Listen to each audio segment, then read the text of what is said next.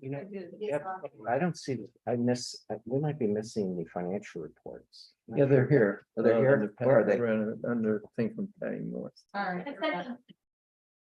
Oh, Okay, we're going to go ahead and get started. It is 7:01. This is the town council meeting. What is the 12th of September 2022?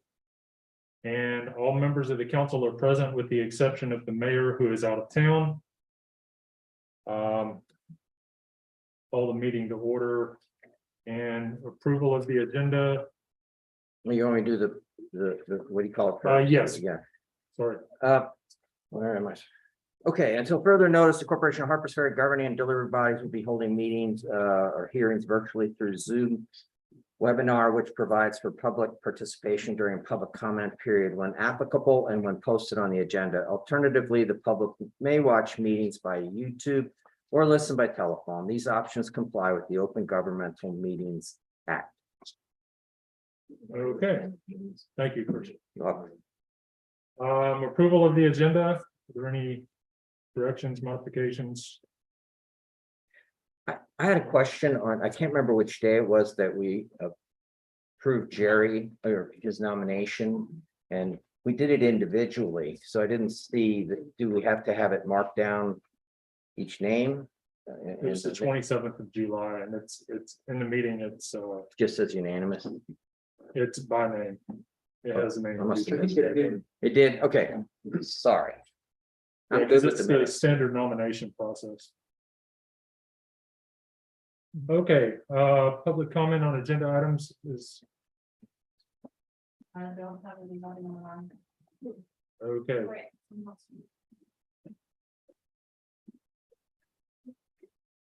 We're good. That's my email. I didn't see that exactly. Could not get in, so. Okay, mayor's comments are not on the agenda. However, I do want to mention something real quick. I think we would be remiss if we didn't very briefly mention the recent passing of two people who were extremely influential to world history and changed the course of history. No matter what your feelings are about them, that was Mikhail Gorbachev and Her Majesty the Queen Elizabeth II. So Yeah. I think that we need to recognize the passing of those two very important people. Number one, approval of minutes, a regular meeting, 8th August 2022. Did we approve the agenda? Yes. Yes, We don't have the meeting minutes available yet. okay. So those will be postponed. The other three I saw, yeah. B, special meetings, 27 July, 19 August, and 6 September. Any corrections, additions, modifications to those minutes? We did receive some today from Laurel, and you made those changes. Were there any others? I move to approve the minutes of 27 July 2022, 19 August 2022, and 6 September 2022 as amended. Second.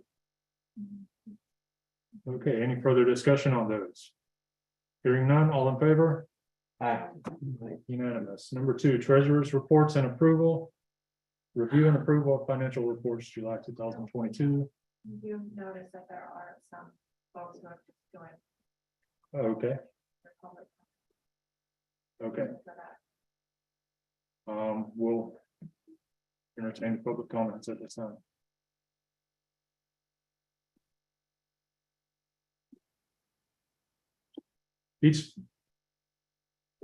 Each speaker will be limited to 3 minutes and 15 minutes total for all comments. All right, we've got you all in the meeting. You'll have to unmute. Can you hear me? Yes. We can hear you. Okay. Good evening, council. Just want to give the report for August.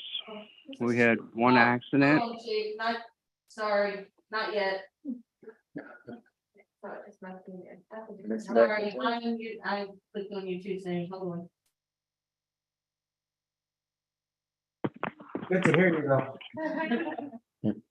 Hang on, we'll be getting to you. So, Mhm.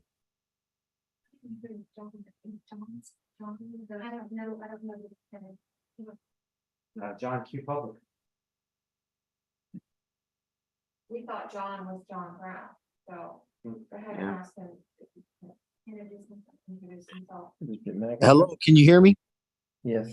We can hear you. This is John. Oh, okay. How you doing? My name is John Saw. I'm the resident at 635 Cambridge Street.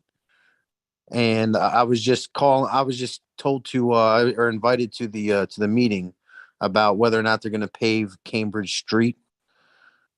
So I'm just here to give testimony to how bad the road is. What is your last name, sir? The last name is Saw, SAAH. Was that? someone That's who- the Okay, okay, fine. Tenant. All right, so then the other caller that we have in is Mr. McIntyre. Are you on the call, Mr. McIntyre? Could you let us know, please? Muted on the ring. You're probably muted.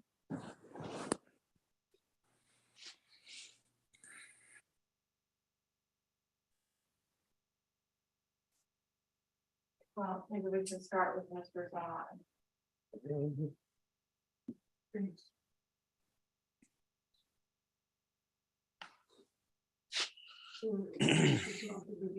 That's fine. Oh, yeah, Mr. Saw, Yes, sir. you can continue now. Sorry. Okay, Roger that. So I've been a tenant here at 635 Cambridge Street since approximately January of 2022. So I experienced the winter here, spring, summer so far, and the road here, even in the warm weather, I tend to swim in the gravel. We found out from a contractor that they used the wrong stone on the gravel road. And what's ended up happening is it's not crushing down the way it's supposed to. And it pulls up at the bottom of the driveway because there's an incline. So I have a 2020 Chevy 4x4, and even when I'm in 4-wheel drive, my tires will swim and sway and fishtail, trying to get up and out of the driveway because there's an incline there. So I have to go uphill. And in the wintertime, I'm concerned, with the ice and the way that the snow removal works, that it's going to be hard for me to get to and from work during the winter time. So I'm kind of concerned about that because it's already hard enough to get out of the driveway. And Mr. McIntyre is the homeowner. I'm just a tenant, but he asked me to speak to you guys and give a testimony basically as to what the conditions of the road are here at this particular address. So I want to thank you guys for your time and consideration. Thank you, John. Okay, thank you. Thank you, Mr. Saw. Yeah. No problem. And was that the only one?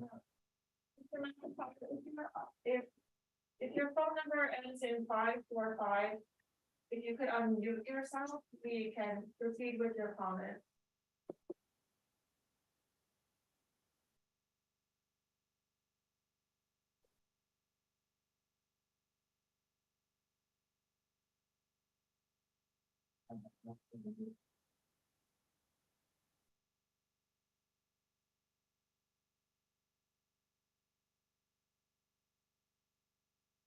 Well, It's not possible to unmute him on this one. we can't do it for him yet. He has to unmute his own phone.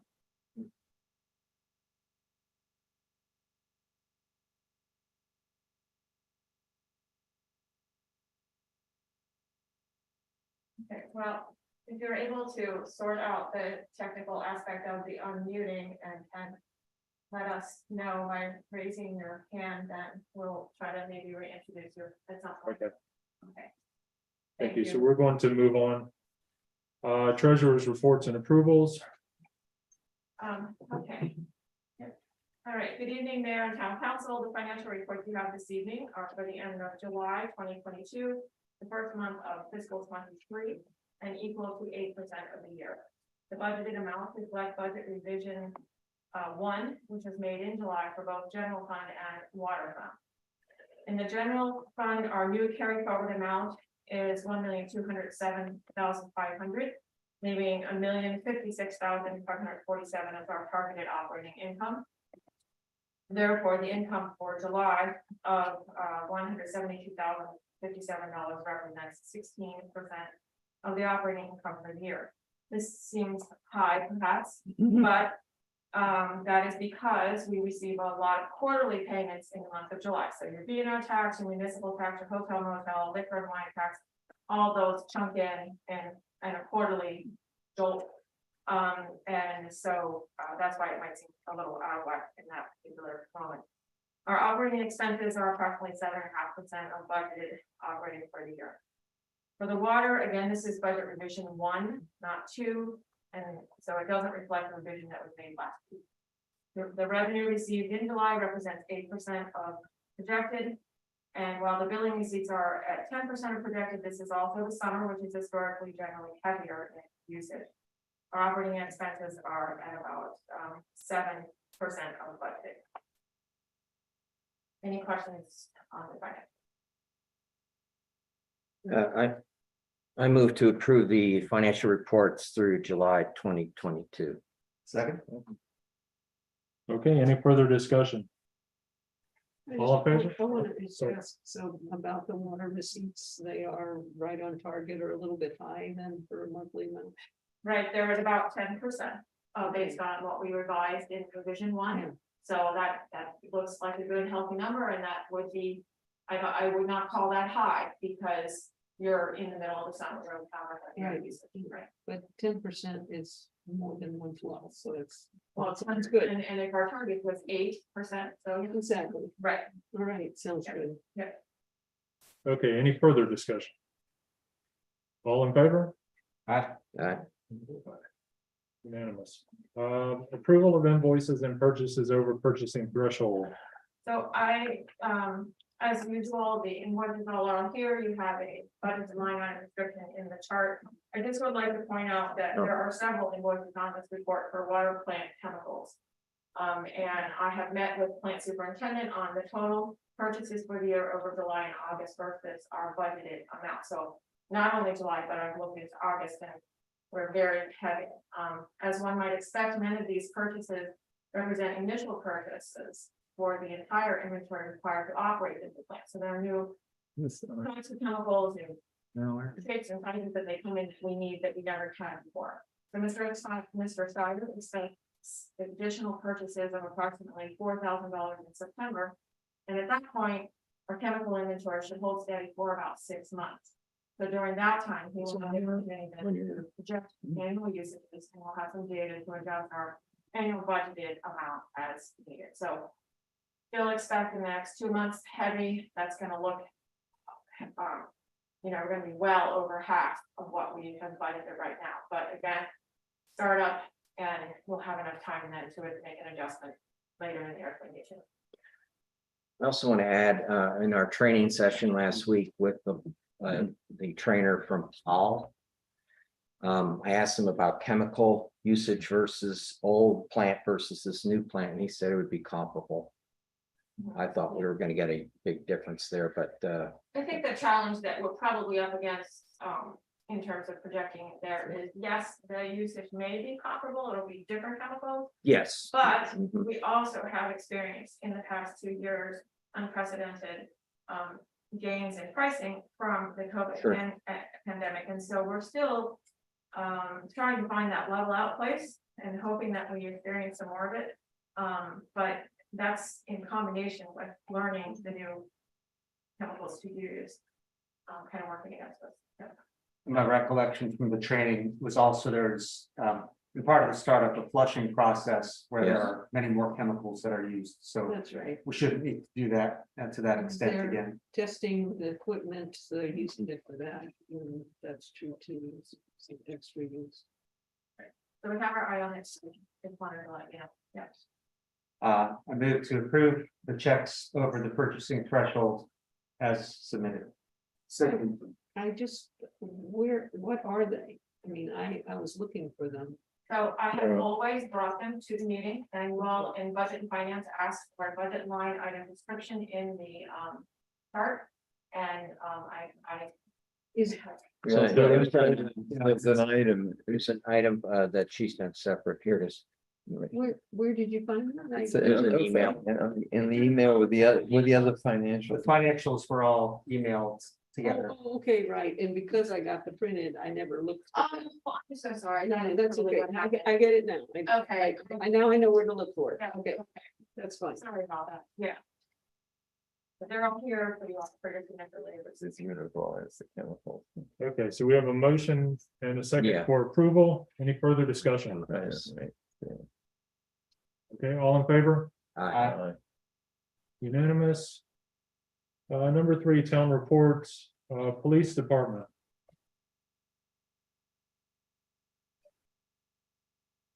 You should be connected now.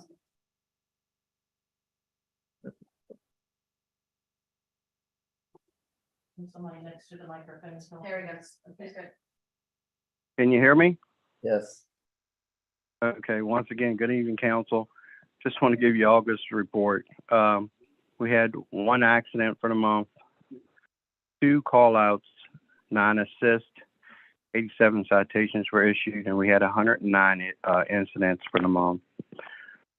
I continue to meet with Greg to discuss issues and improving the department and getting equipment. That seems to be going well and moving forward pretty good. I also have met with the Old Town Christmas, and you should have that paper there in front of you as well that they've attached to my my agenda here for this briefing that I'm giving you now. We met with them, Patty and I. We met, and they wanted to do try something new this year with redirecting or the traffic flow that's going to be coming down through town. And if you guys would look at that information there, we're wanting to make it all one way coming down Washington Street and exiting back out on 340 there off of Shenandoah. Like I said, this is something that they proposed to us, and we have to have it approved by the council. Patty and I have met with the State Road Department of Highways. They were also included in the meeting. Patty, if you want to jump in and help me out with this, that'd be great as well. But we're just trying to see how this works out. Their concern is the flow of traffic and the pedestrians and the activities that are all going on. They're just concerned about it might be overwhelming to manage, and they don't want anybody getting hurt. So their main concern are the pedestrians and public safety and addressing that. So I will need y'all's approval if possible, so I can contact the Department of Highways so they can finalize the plan, and we can move forward with this. But like I said, all parties with the merchants and Department of Highways, Patty Morris and myself have sat down to discuss this, and we said we would try it if you guys would approve it for us to move forward with. One question, will coming out on Shenandoah Street, will left turns be permitted or will it only be a right turn? At three? Going down, where it splits, you have to go up Shoreline. Oh, I see there on Shoreline, You brilliant. Go up Shoreline. We're going to put a barrier at that point so that you can come in off of 340, make your right off of 340, but you're gonna be directed back up. So you're Awesome. gonna be able to be downtown. Thank you. So that would mean that people coming into Harper's Ferry would have to enter at Union Street, is that correct? It's not there. Okay, We're going to block it at the top, but the Department of Highways suggested we bring it down a little bit and just direct the traffic if they do, and that also gives us that parking lot to use. And then if they want to continue, they'll already back up and they'll have to come back down to town. And this is just the first weekend, Saturday Sure. and Sunday from, I forget what time it is. But it's not all day. I think it's like 10 to 4 or something, and then we'll just open it back up. It shouldn't really be much of a, people coming into town aren't gonna know the difference, but we will heavily notify residents and merchants of what's going on so that they're aware. Super. Okay, so we don't have this on the agenda as a separate item this evening, so we can't approve it at this time, but we'll have to make sure that it gets on a So you can't future approve agenda during for approval. this report. That's No. right. Has to be as a discussion and action. That to be clearly explained on the agenda. I just got a document today that it's gonna require probably a special town council vote before September 30th, so I see in my crystal ball. Oh, that would be great. We have to get this back to the Department of Highways. They're gonna have. to- Correct. Yeah, that's gonna require the mayor to sign off, this patient before we even move forward, so. And how soon do they need that? As soon as we can get it. Yeah. It was an oversight because the Merchants Association told me that they would submit the agenda request. And I thought about it over the weekend and I was like, oops, well, maybe we can. put it here. But it'll make it all the quicker when, Yeah, because you'll have the document and you can see the map at the back and there's like 4 spots where there will be barricades. There will be extra police on duty. And when you come down High Street, you will not be able to turn on Hog Alley and you will not be able to make a left. However, we will monitor the parking situation. And once that fills up, we'll block that off on Shenandoah. As the car leaves, you're directed out Shenandoah. And if you are the lucky person coming down the street and you want to make a left, you get the spot. So we did this one other time during COVID or something, I don't remember, and it worked really well. so it won't stack up Potomac Street. Mhm. Wow. Yeah, there will be no Right. turning around looking for a spot and coming back out. We'll have a count, we'll know, 1 car out, 1 car. Okay, Are there any other questions for me or concerns that you'd like to address at this time? No, thank you, Chief. No, we're good. thank you, chief. Thanks. Yes. Y'all be safe. Bye. All right. Thank you.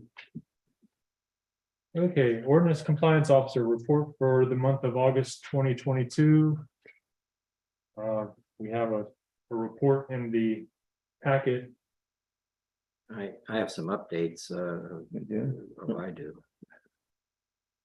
But is anybody else gonna say anything? For the OCO, Yeah, you have to okay, remember though, this is for the prior month. So Oh, anything that happened after August 31st is not on there. well, let me start on the bottom first of that report, if you have it up. First of all, the applicant did not attend a BZA meeting, he attended an HLC meeting, which I was leading, and so, and as we had a long talk with Mr. Yu at the meeting. He was on Zoom.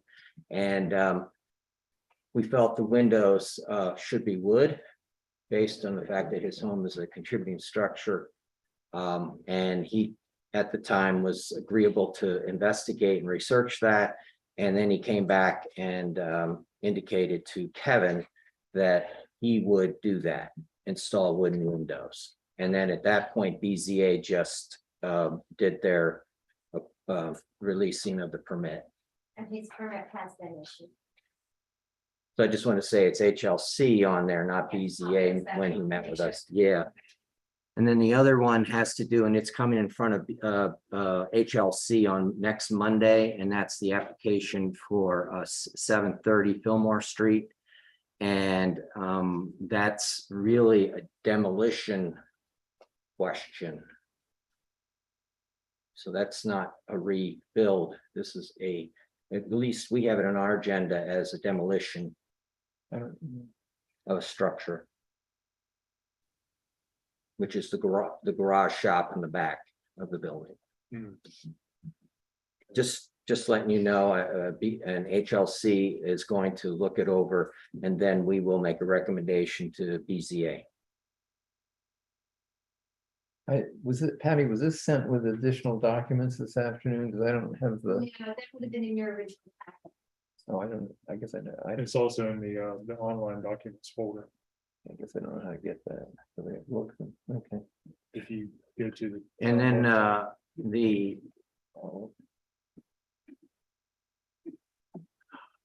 I don't. Sarah Smith. Fillmore Street. Town website, it's not on, I think that's something we've been working on. okay, no, where do you look? So that's. I wish Kevin were here, it'd make it a lot easier. We have a conflict with a Monday night. school Oh, I meeting. see. And so I think we've talked about it, we put him towards the end of the agenda, he might be able to. Oh, I see. comment, But he's got a conflict at the time. We should remember that in the future, because it's really important to hear his take on these. And then we can share with him. He's really the source. So Okay, what do we have to do? He just reports? Yeah, there's no. yeah, No, we okay. don't have to do Okay. anything with it. Okay, Budget and Finance Committee, discussion and action regarding Appalachian Chamber Music Company request for funding and invoice. Okay, I'm gonna go through all these quickly. This has to do with the Appalachian Chamber Music Company did performances. And so we received a bill from them. So I moved to approve this, and this was approved earlier in our budget. I moved to approve disbursement of $2,000 to the Appalachian Chamber Music Company for invoice number 11 from 906 Arts and Humanities. Second, Okay, any further discussion? just like the Question, didn't we already approve that in the checks that were? Oh, you did, but these also are the individual invoices, they do need to, I think a matter of course, you have to approve it. As disbursement. We probably should have approved that list with pending this approval. Yeah. just want to comment that a couple of us did attend the event that was at the Methodist Church. It was really terrific. The second year for the event. And it's exciting to see. So Good to thank hear. you to them for putting on an excellent event. Excellent. I'd like to add my hurrah to that. It was, I think it's just going to be an amazing addition to the town. This gives us a brand new element that we haven't had before, and these are top-notch musicians From around the world. from around the world. So Oh, great. we're lucky to have them. Sorry, I missed it. Yeah. Yeah. Okay, next item. Oh, did we vote? Oh, I thought. Okay, so we have a motion and a Oh. second. Was there any further discussion? All in favor? I Okay. promise I'd be fast. Number 2, discussion and action regarding Bolivar Harpers Ferry Public Library request for funding and reimbursement. This is a bill we received from them. So I moved to approve disbursement of $300 to the Bolivar Harpers Ferry Public Library for reimbursement of a ceramics class instruction payment from 906 Arts and Humanities. And this is the same where it is among the expenses we had approved initially in the budget, and now we're paying the bill. A second. Any further discussion? All in favor? Aye.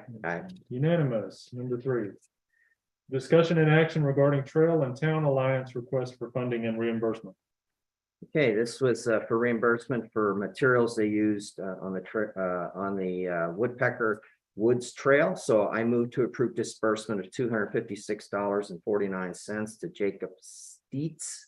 I said that right, on behalf of Trail and Town Alliance from 402 Economic Development for expenses related to the Woodpecker Woods Trail. Second. Okay, any further discussion? Just want to tell everyone that there has been a great volunteer effort over there. Jacob especially has put in lots of hours. These trails through Woodpecker Woods are expanding, going to be a tremendous benefit to the community. Yes, Great. thank you to the Trail and Town Alliance. We've already been enjoying them. Great. Okay, any further discussion? All in favor? Aye. Unanimous. Number 4. Discussion and action regarding disposition of obsolete or worn out town property. I'm the one that had brought this up to Budget and Finance regarding old signs. We have And we're going to be retiring a lot of old signs in the future as we upgrade our signage. And I had thought we could just donate them to some of the charitable organizations in town, but we don't really have policy for that. So I didn't see it in the ordinances. So we in Budget and Finance we have asked to refer disposition of obsolete or worn out town property to the Ordinance Review Committee for updated ordinance or policy changes required. And I think your conversation went beyond time. Other. Yes, we can, just don't focus on signs. We really need a policy. Maybe there's a level, like if it's under, $200, $300, you do it one way. When it's over, a little bit like we do our bidding process. Yeah, basically that it can be any range of things from, something that's close to being actual trash, but it could be something of value. So having a process where if it is something of value, that there's accountability for that it can prevent bad practices such as assets of the town being distributed to who knows who, for who knows what. And it can be anything as simple as Christian was saying, there could be a threshold, but have to consider how do you determine what the value is, when it needs to go through the process. It's not a simple thing. Do we work with an auction house? Is it something we can manage ourselves? That's what will have to be reviewed into a comprehensive policy. Whatever we do, it has to be quick. We cannot leave stuff like furniture here for months and months and months. We have to have a process that moves it out. We don't have much storage. Did you see anything, Christian, in the ordinances that address it at all now? No. Right now, the options are. I mean, when I put in to look in, in the search I didn't go look at every page, but I put in the words and it didn't pull up anything. The two options now are keep it or throw it away. So being able to have a third option that doesn't create any ethical issues is the challenge. Like, for instance, we have a desk over there that we may not be keeping. Okay, what's the procedure? It might be over the water department. Or maybe go, but that's again, I don't even know if that's a donation. I don't even know if that's the right thing to do. And did Budget and Finance or anyone have a model ordinance or? No, we didn't get that far. Okay. We had a big agenda. I thought this would be a quick one, but it didn't end. Apparently, it's way more complicated than I thought. So, Yeah, sure.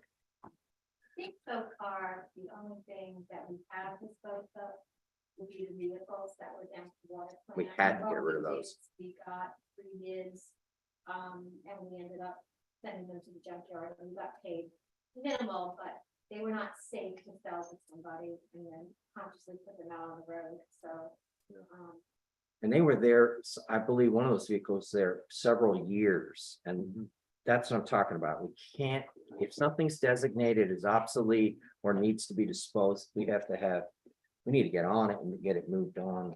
And this was only brought into Budget and Finance and discussed a little bit, but for certain, you see it all the time with municipalities of every size. It's a very common thing. Larger towns do work with auction houses or auction themselves, but it's probably very rich territory to pull from. It rolls over to computer equipment and Yeah. all of that. You can see that. But we do have home rule that allows us, I guess what we have in this process. Right. My concern right now is the ORC's mission statement doesn't allow us to draft an ordinance from scratch if we needed to do that.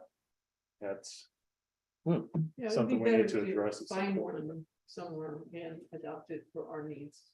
Yeah, adapt it. Yeah, if we could find one that we can I'm sure adapt, it's that out would be there. perfect. So if Budget and Finance found a model ordinance or two and brought that to ORC, that's the way to do it. Yeah, if anyone could recommend one to the ORC, that would be great. That's works for a little town like Harpers Ferry. Yes.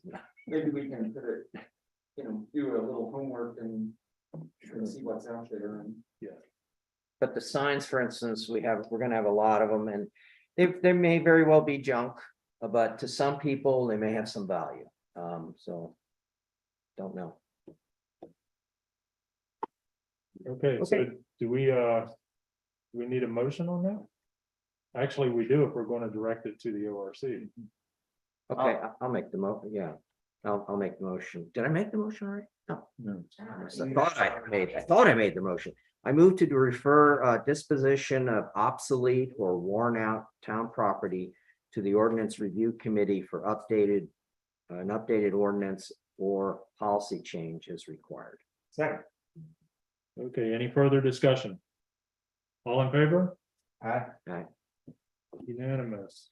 Where are we? Number 5. Discussion and action regarding recommended purchase of firearms for police departments. Okay, we were, the mayor was involved in this discussion with us, and he felt that there was a need to upgrade our long guns. They had done the pistols not too long ago, I understand, so he just felt that we needed more up-to-date equipment. And so, something about additional the shield potentially, or some additional equipment. But that's not in this, It's not, just the concert. For right now. We don't have any, but in the budget and finance committee had more things. in it. there's related equipment that. goes Related With equipment. the long guns, but not the shield.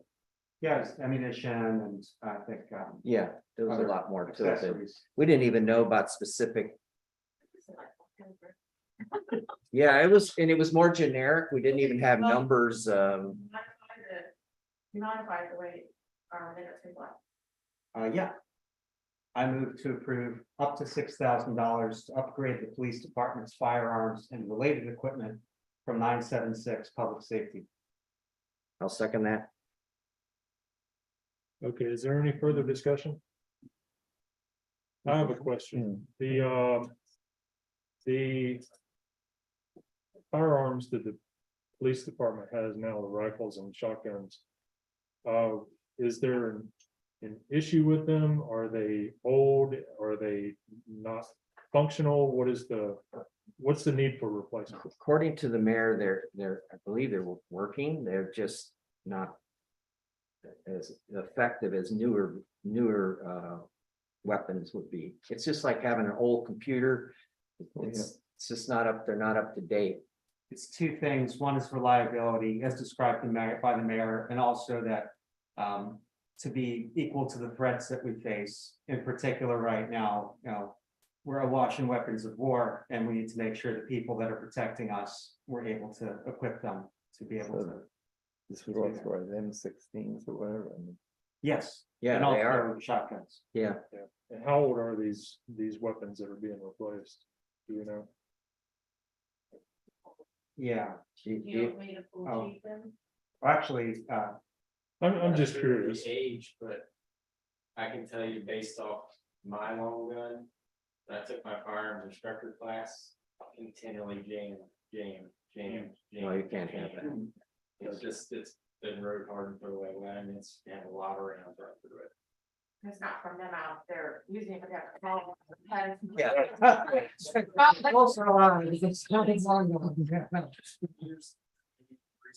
Stuff like that. Yeah. I said mine just during my qualifications, they were timed and they would jam. I'm like, Plus, they're sitting in the. Where do you store them? In the building? they're in our cruisers. So they're in the elements in a sense, and during the. If it's cold and hot out there, that affects the metal and components of anything. it was also described to us that these weapons we would be able to, I don't know if it's sell or trade in, and we'd be able to recoup some of the value from that. Like we've done before. Yeah, They're not something you could just sell to the general person either, because they're short barrel rifles, which you have to have a tax stamp as a normal citizen to own. Which you have to go through a whole background check, going forward to the ATF. It's a whole process to try to actually sell it to a person. So like you said, the trade-in is normally what the departments do. I think the chief had a line. Okay. Can I ask a question that probably shows my total ignorance on this topic, but, how are shotguns used by the police? In law enforcement, I mean, it depends what your call is, what your situation is. If you're at a distance, any distance at all, I'm taking my long rifle. I mean, you're at a tactical disadvantage with a pistol with anybody if they have a rifle and they're at any distance. So the only time I personally would use a shotgun is like in a close combat situation in a house. Say somebody barricaded in their bedroom or something. Then that shotgun is a great thing for close distance in a house. That's the only time I would use it, but out in the public, I would. I'd either use my handgun or a rifle. It was also described to us that the slug out of that shotgun can take down the vehicle if shot to the yeah. engine. Yeah, it's a big round. Yeah, because their bore is a lot bigger. Yeah, what caliber are you talking? Caliper, yeah. It's a 12 gauge shotgun. Okay. But, I mean, the inherent accuracy, once you start getting the distance of the shotgun, is a lot less safe in public when there's lots of people around. I don't feel as comfortable discharging that round into near around a crowd because they're not. Like, or the best way I can explain it, when we did our qualifications with them for my firearm instructor class, at 40 yards, you could hit a silhouette of a person and you could hold it as steady as you want. It's just not as accurate. I mean, it's less consistent. Than Yeah. like a rifle, you're gonna put it right there at 100 yards. Yeah. I mean, that's my opinion. Yeah, in the military, we did 300 yards with M16. Yeah, we shot the ones in my class at 300 and that's a long shot with a short barrel. Okay, any further discussion on this item? All right, all in favor? All right. Unanimous. Number 6. Discussion and action regarding fiscal year 2023 snow removal bid. This is, comes up every year. We want to put out, a bids, to the companies that do this in the area. And, we're going to try to see if we can do it on Bid Express as well as reaching out to the local companies. And we do want to continue to do this on the outside. We had some discussion about internally doing it. But we felt this would be the best, continue to be the best way to remove snow by using an outside contractor. So I make a motion to approve the advertisement for bid for the fiscal year 2023 snow removal contracting in local newspaper and through Bid Express as appropriate. Is there any dollar amount in there?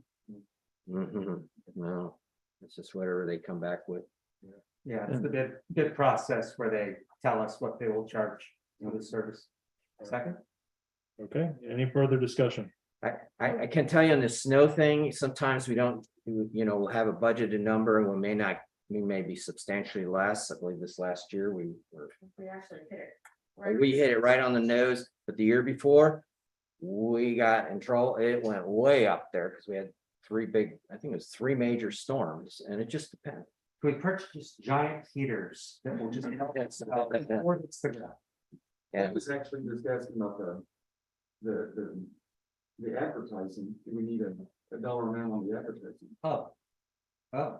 What do we? We just put an ad in the Spirit. Spirit is our newspaper of record. I believe we did do the journal last year as well. And we put it out, I believe, on social media. I know it's all less than $500, I think, so, and That's news correct. is free, so. I just have a comment, can we see what the advertisement is and what is the advertisement? Snow Can we removal. pass that around of what it is, what exactly we're asking for? I did share last year's with you after the meeting, if you'd like, and then you can tweet that to. Yeah, we have it. It's It's hard to it's snow appreciate. removal, it's clearing the sidewalks, and it's also salting. So it's just, It just would be easier to prove it if I knew what was going. We A pass it standard snow around. removal contract is when a contractor will come out when the snow is 2 inches or more. So if you get these dustings and it starts, they won't come out unless it's 2 inches. That's standard. And Christian, is it true that you're proposing the same services from last year? Same as last year. And that's exactly what it says, is to recommend as in calendar year 2021. So that was my understanding from the meeting, it was the very same bid ask. Has our prior As our contractor, prior Yeah, has our prior contractor expressed any interest in continuing? Yeah. yeah. And we did have discussion about not doing some of the snow removal on sidewalks. But we decided to continue to stay the way we've done it since 2021. And part of it will depend on the bid or bids that come back. Like they may say, well, we're not gonna do this year, or there may be some other way of doing it. So what we're putting out to bid is to get the information back from people who might provide the service. And then we will need to approve the actual That has to come back, contract. sure. And if we're not happy with that contract, when it comes back to us, then we can direct to change the terms, But it'll come back to budget and finance, and then it'll go back to the town council. which is why we're starting it. We're just starting the process. Thank you, Christian, for bringing this forward before the snow started to descend. Yeah. Usually we're much later than. Yeah, well, Absolutely. this year I said, we gotta get on this. Okay, any further discussion on this item? All right, all in favor? Aye. All opposed? I will abstain because I did not see the advertisement. I'd rather have seen it and been able to comment on it. I'll try to put it tomorrow. Yeah, you have to vote one way or the other though. You don't have a personal stake in it. Well, you're saying Personal you have to say financial yes or stake. no, then I will say no. Okay, moving on, number 7, discussion and action regarding fiscal year 2023 general fund budget revision number 2. Yeah, we went over this on in our last meeting. There was this is the one with the numbers. They just got transposed. The overall final numbers match up fine. We had no problem with that, but has anybody have looked at that? Any question? Okay, so I move to approve the fiscal year 2023 general fund budget revision number 2 as presented. Second, Okay, we have a motion and second, and this requires a roll call vote. The revision, I've seen a lot of budget documents and I just want to make sure. That was in our meeting. this was the one that had the 4 columns, And we- where it had the numbers, showed how, This one had the plus 13,000. yes. No, Well, no. no, that's a different one. That's the water budget.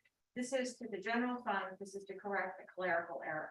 Yeah, we discussed it in budget There's and a finance net meeting. zero effect to the budget. Taking out of one account and putting in a. Yeah, just put in Did wrong. we get a copy of it? In the budget and finance Yes, meeting and it in was- your, you did. It's in the packet online. Deb, do you know if I got it in the printed version?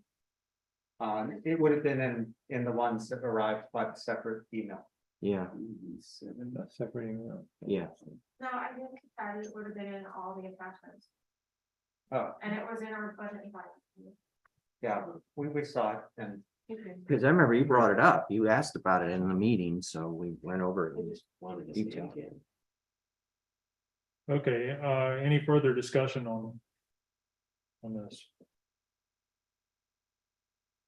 Okay, Chris Craig, Laurel Drake, I would vote for it. That's a yes. okay. Storm, I, Jerry Hutton, Aye. Christian Petroconis, Aye. and I vote aye. We can all see it. I don't. so I'll get this guy some oxygen. No, my gosh. At the end of the meeting. Huh? You can finish it at the end. Yeah. Okay. Okay. And that concludes budget finance, water department. Water Commission General Report. Okay, let's see. So, the Water Commission has been helping with the lead and copper testing, which is done every 3 years. So this is the third year and it's required for 20 water samples from our water district. This is required by EPA, but administered by the state of West Virginia. The health department approval of our sampling plan with our 20 locations in the water district is expected to be approved tomorrow. With the pending the changes that the health department told me I needed to make in that sampling plan. And then once that's approved, we'll be able to gather water samples over the next 2 weeks. And we'll send them to the lab to be tested. Right, and then the second part of the lead and copper testing has to do with the survey that was sent out to all the households in the water district. It's to record the composition of pipe, of what kind of pipe is being used in service lines, which service line is simply the pipe from the main in the street all the way into somebody's house. And we have to document that for all 800 plus structures in our water district. And we have 2 years to do it until October 2024. We're still interested in getting those surveys. If you haven't completed that yet, please send that in. The survey was mailed to every person in the water district and it came in a blue envelope, if you remember. If you haven't turned it in, we still would like to have it in. Please call the water department if you have any questions about it. Then the last thing is that the primary source of water, of our water, aside from the Potomac River, which is a secondary source, but the primary source of our water for our water plant has always been Elk Run Creek and spring water from a spring that is near the creek. And last week I was informed at the construction site of our plant by our construction company, Alvarez, that they're not sure if the spring water is reaching the plant at the intake. They're not sure. So I have asked the engineer in the project to look into it, and I'll report back, what he finds. And that's the end of my report. Okay. Thank you, Laura. Number 2, presentation and discussion on monthly water treatment facility improvements. Engineers report for the month of August 2022. And now for that, I'm just going to hit the highlights of the engineer's report that was issued September 12th or for September 12th, which is today. This comes from GD&F and our engineer, Chris Eckenrode. They have added the new Paul membrane filters. So the anticipated taking 8 weeks to install them really only took 4 weeks. And we have Alvarez to thank for that. Their speedy of setting everything up that could possibly be set up ahead of time. And they got it in ahead of time. So that was done in a, very, very well. Someone from the Paul company, PALL, has been on site for most of the month. And I think he will also be there a couple of more weeks. He's training our personnel. And he's also, there's a lot of values of, as you can imagine, the concentrations of different chemicals, time, turbidity, what's acceptable. All those things are called presets. They all have to be set and tested to make sure this automatic plant will operate within certain parameters. So he's still working on that too. Let's see. Our, GDF employs a resident project. I always get, it's RPR. It's the project representative from GDF they employ him to be at this project, and I believe he's gonna finish up this week. And so after that, there will not be an engineer on site as a monitor, he's been there the entire time. Okay, so what's remaining? Let me go back to. Some of the remaining work is to establish the telemetry between the water tanks on Prospect Road and the water plant, so that the tank level information is transferred continuously to the plant. And so then the guys do not have to drive over to the plant to see the tank levels. Also, we have the ability to use the Potomac River as a secondary source, but all the electronics is new. So we have to reestablish that ability to use the Potomac using the newly installed electronics and make sure that's working.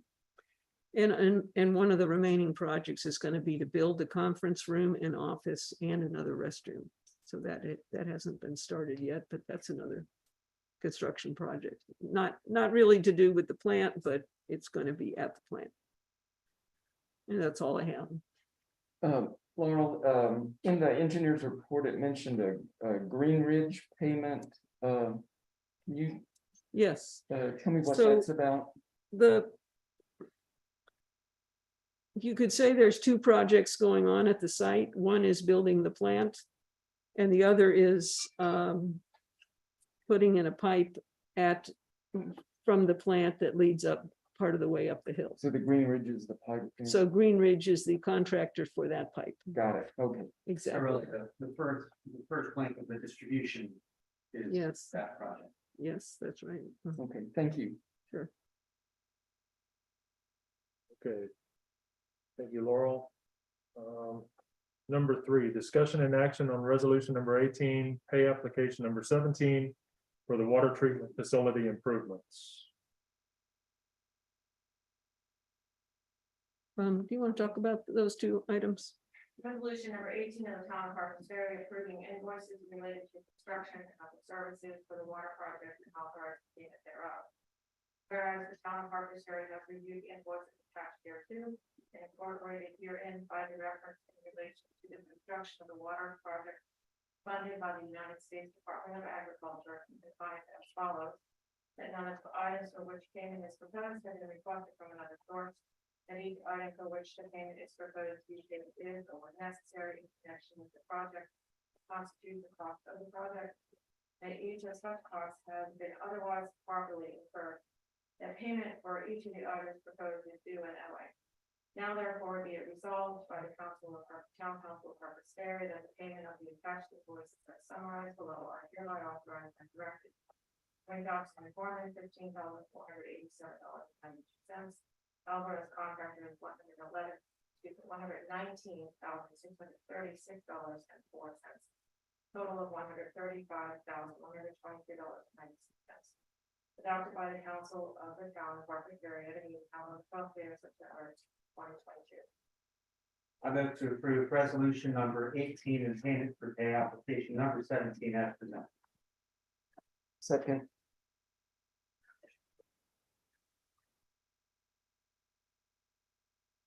Any further discussion?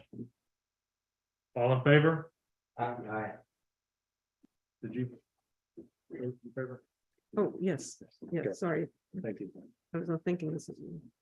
All right, unanimous. Number 4, discussion and action regarding approval of payment application number 1 for Elks Run 8-inch water main replacement project. So this is and we don't need a resolution for this because we're not required for approval for a loan. We've already approved the payment of this work to be done. This is the water main for Elks Run that Laurel was referring to before, with work being done by Green Ridge contractor. So this payment application has been sent to the engineer, approved by the engineer, and this then authorizes us to release $120,639.60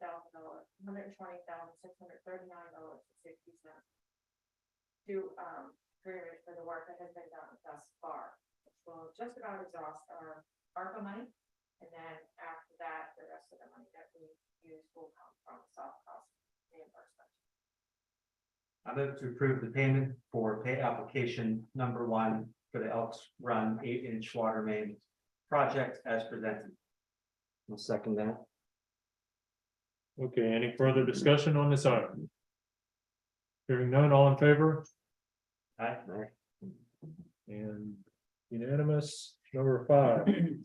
Discussion and action regarding retention, removal of water commission member based upon confirmation of residency within the water service area. In this matter, we have a water commission member, David Gillinet, who has acknowledged and written an email to the mayor that he is no longer a resident of our water district, and that is part of the ordinance for how, a requirement for being on the water commission. So, that has been confirmed by Mr. Gillinet. So I want to make a motion that recommend removal of David Gillinet from the Water Commission due to non-fulfillment of the residency requirement in Town Ordinance 901. Second. Okay, give me just a moment. What's our ordinance number? 901. So it sounds like it's fairly cut and dry that you are required to be a resident within the service area. He is not. Is that correct? That's right. That's correct, and he did confirm that he's no longer resident in Bolivar, Harpers Ferry, or within the water district. And so, yeah, that's that. Yeah. Yeah, intention to come back into the district does not meet the legal requirements. He's stated in his letter that, and he had committed some service for the water commissions. He formerly lived in Bolivar, but he has moved out, as stated, he moved out of the district, so I don't see that we have any choice. We don't. Right. And just to clarify, ordinance 901 is water commission, and it specifies that he does have to live within the water service district. Ordinance number 130 delegates power of removal of commission and committee members to the town council. So I guess those two things work hand in hand, at least for the water commission. So is there any further discussion on this item? Hearing none, all in favor? Aye. And I do thank Mr. Gillinet for his service. Do we have prospects, any prospects for a replacement in Bolivar? Yeah, what is the layout of the commission now? I will write to Mayor Detmer and tell her that we don't have a Bolivar rep, and so I don't know. So that's the only one we're short. Just one Well, slot. there's 3 more spots even after the Bolivar rep. Full contingency would be 7. 5 more. So he dropped, so we're down to 3. Yeah, we have Oh, 3 now. oh, okay. Gotta get on Stay this on one. the pillow for a while.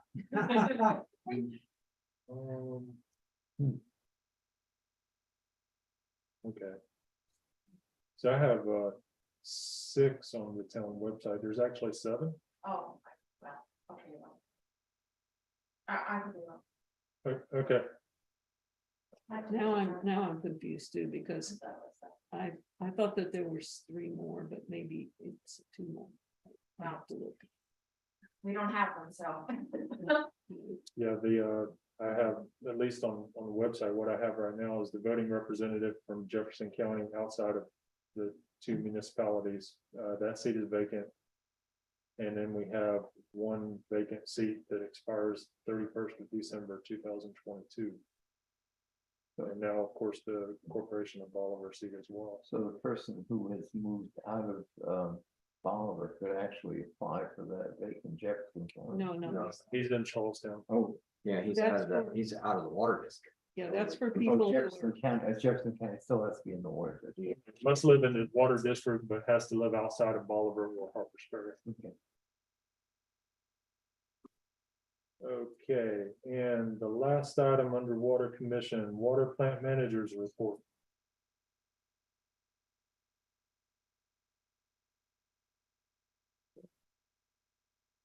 Chris, if you're there, you can unmute yourself.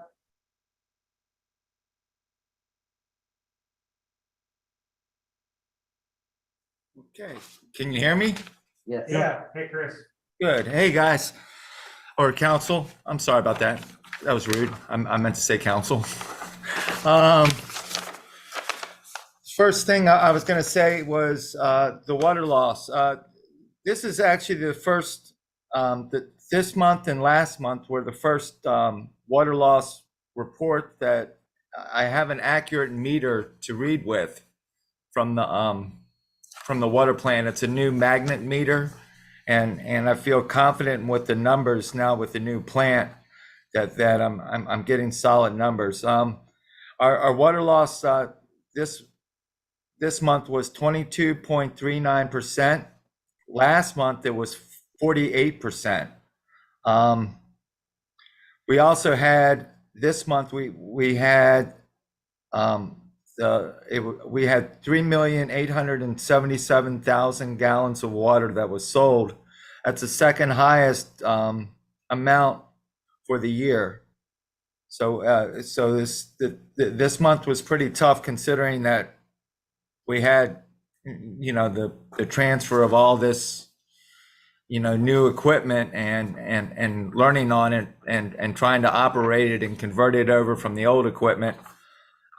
So we had to put some hours in.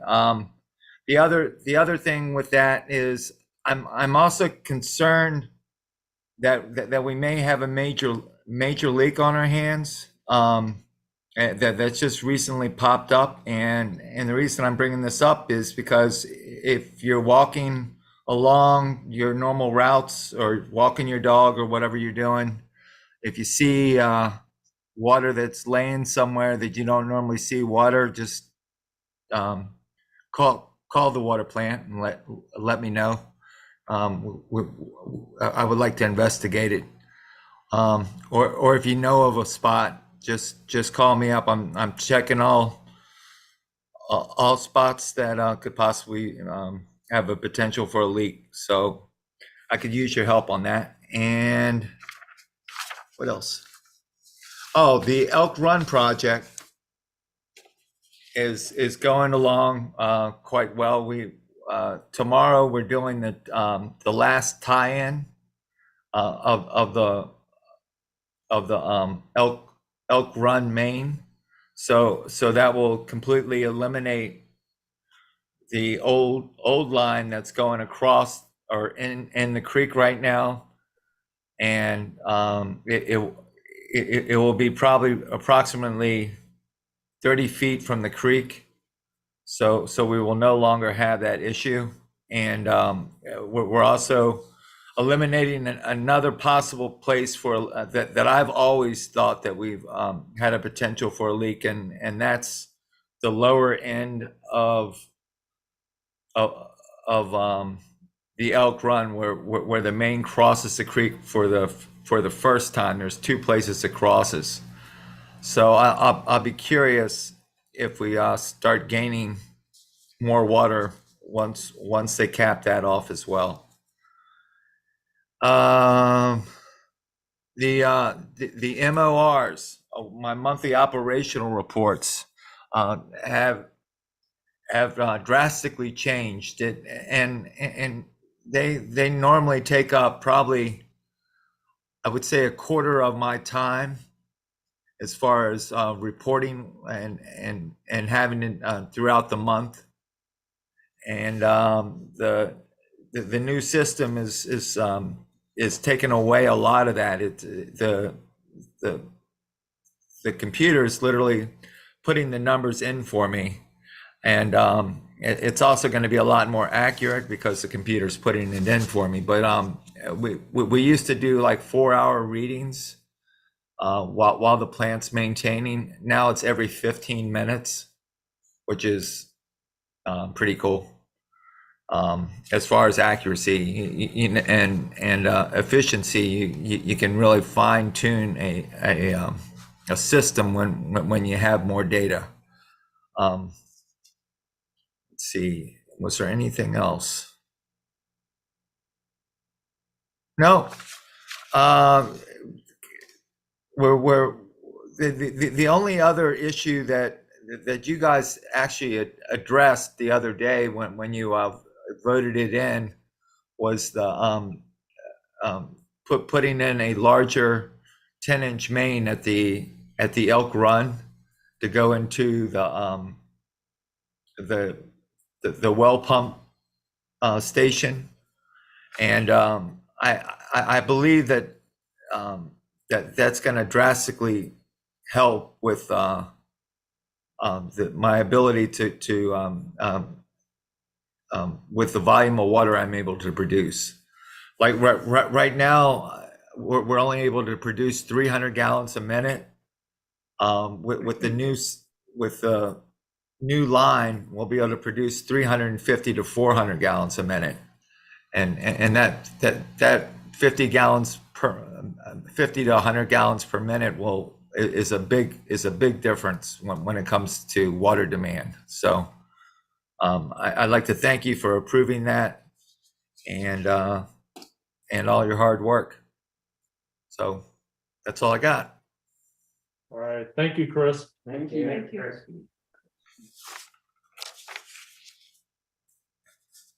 Any questions? Yeah, you said you had you were afraid you had a major leak. Where is that located? Well, that's my problem. I like the ones that come shooting out of the ground and Okay. easy to locate. Okay, you just know It's there hiding is. itself. Well, we don't Sorry. have discussion and action on this item, so we can't formally ask everyone to carry a dowsing rod. But That'd be nice. I'll distribute them to you guys. Are you basing it just on the overall loss for the month? Is that Well, what you're basing it on? more on the more on the hours of production. We've had to do a lot of overtime this month, and it seems like it's taking longer to produce the water than it has in the past. But like I said, right now we're working on expanding the dimension of the volume of water going into our pump station, and we believe that may be part of the issue too. So I'll know more in a couple of weeks when we have that in place. Okay, thank you, Chris. Yep. Thank you. Thank you. Yep. You're welcome. Okay, parking committee. I'll give you the report, not a lot to report. First, Tim, I don't have Tim's last name. But Stanford. Huh? Stanford. Okay. Is been working, doing his work or job for the last, as a tenant, checking our parking for the last 2 to 3 weekends. So that's good. And I don't know the feedback yet on numbers and such, but he's out there verifying that people are paying for their parking. You'll see an increase on the police report in the parking area. All right, that's good to hear. It's significantly higher. Okay, so this is good to hear. The other thing is, the parking committee in conjunction with the ad hoc sign committee, I've been working on a new and updated signage for the entrances off Washington Street to our residential neighborhoods. We're not going to, I'm just letting you know that signage has been worked on, and Budget and Finance will visit with the possibly funding of these particular signs. Anything, I don't have anything else, so. Okay. Any questions for parking committee? Moving on, planning commission, number 1, planning commission report. Okay,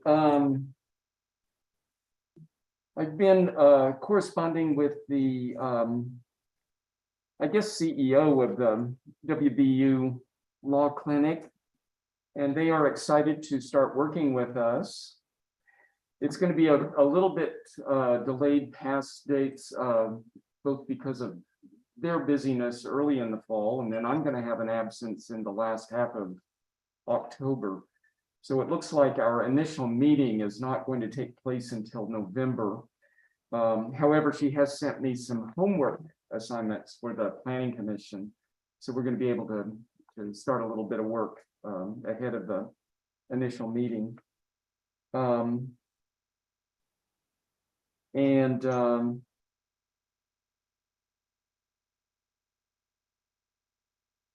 Then planning, basically, we are in the last stages of fine tuning the flow charts a little bit.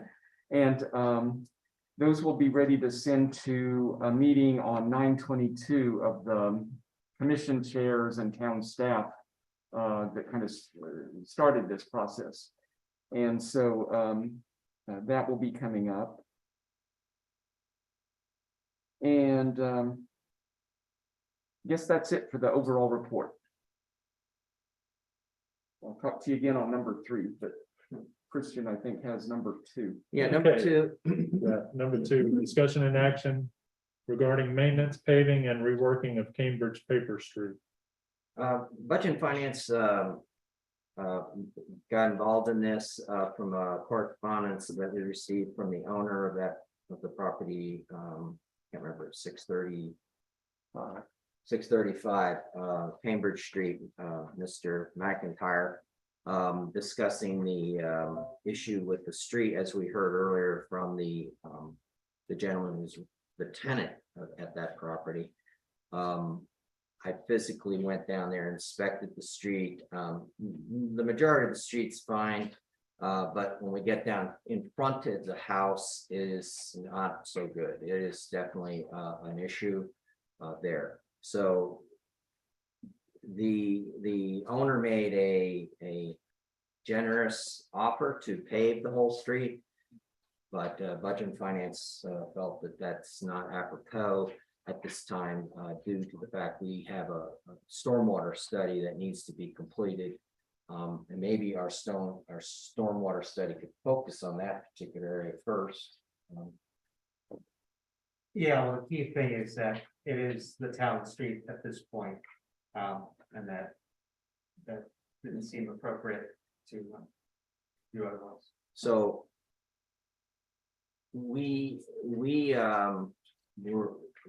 I remember our motion on that. I'm just thinking that maybe the Planning Commission needs to be involved, and then to look at alternatives. See, the way I see this street thing is it's a little bit like our easements. We have, a lot of us have parking on our easements that the town, we have to get approved by the town. And from what I understand is that you can only use temporary things that are removable on those easements. Well, there's both a legal question and a technical question. The legal one is, to what extent is the town responsible for improving the road, and to what degree?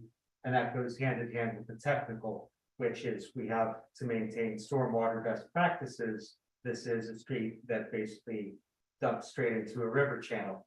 So that's what we had discussed in Budget and Finance, is that we need additional information. And this isn't the motion right now, but to consult with the town attorney on the legal questions, and then also to investigate permeable paving and other techniques to be adopted for those stormwater best practices. That could be through Planning Commission, to reach out to different contractors and vendors that may be able to help us solve it. And the problem is, like the what's his name, David, John had mentioned, it is right pretty much in front of their place. It's like swimming in gravel. It's either it's incorrect gravel, or it doesn't have a good base under it, or it's and it could be water coming down and congregating or accumulating in that We spot. really need to find that out. If there's. Yeah. Well, he's had a contractor there. Jerry, you're. There- Yeah, there's also an issue with, which is being referred to council as to whether that is actually, and we gave authority to use paper street. But it has not been adopted as my understanding is it still has not been adopted as a town street. It's basically a driveway that's only accessible to one house. And, so I think there's some question as to whether the town we have agreed to maintain, which isn't the same as building a street. Maintenance means is exactly what it says. It doesn't mean that we're responsible for paving the road. Yeah. And in fact, I talked to the mayor about the town permit that was issued back in 2020. And one thing that he wanted some conversation around is on page 2, item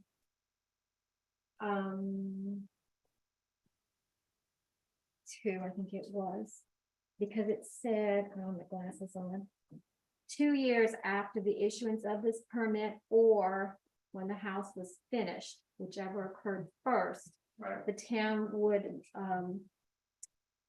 corporate at its discretion exercise to legal right to reassume the maintenance. And I think he felt that we needed to address that issue at a town council meeting and then go forward with what is maintenance and look at, there were some samples of road construction in Charlestown. That was all part of that back in the day, showing you how deep and, it's a big project. Yeah. The current gravel was to be and was installed at the contractor's expense. Whether or not they use the right gravel, water, no pun intended, water under the bridge. Yes. well, that's between basically the owner of the property And that contractor, And who that contractor. McIntyre has talked to me and said he can't get a hold of the contractor and, but the mayor wanted me to bring that clause to your attention. See if there's something you wanted to. So basically, the legal question hinges on what is maintenance? Is it maintaining that road as it was improved as a construction road, or does it mean something beyond that? Yes, and going beyond that, where we need the water study is that there is a problem with permeability. That basically that whole area is it has flooding problems already, and I'm well aware of living 2 doors down. It could be from- swampy under that, is that? kind of- Yes, it is. Well, what was formerly a pond across the street, so the underground spring that goes through, we got a very high water table there, which has been a problem where I live as well. What is the current gravel there, or what is that? I thought it was 57, normal, crushed rock. It has to be crushed rock. Any other rock won't hold, but it is definitely soft.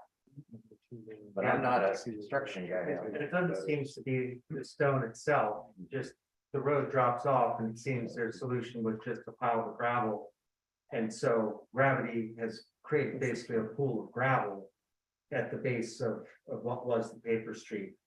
So the question is, A, what's the town's responsibility on that? And B, what are the technologies that would satisfy all the requirements for access if that's determined to be a legal requirement, and also the stormwater best practices. Yeah, the town should not proceed on doing anything permanent on that street until we get our study done. We have to know where that water's going and how to convert it or soak it in someplace or something, but we just pave that street, we're gonna have a problem. The documents I sent you, it was, Alpha did Yeah. 2 different proposals.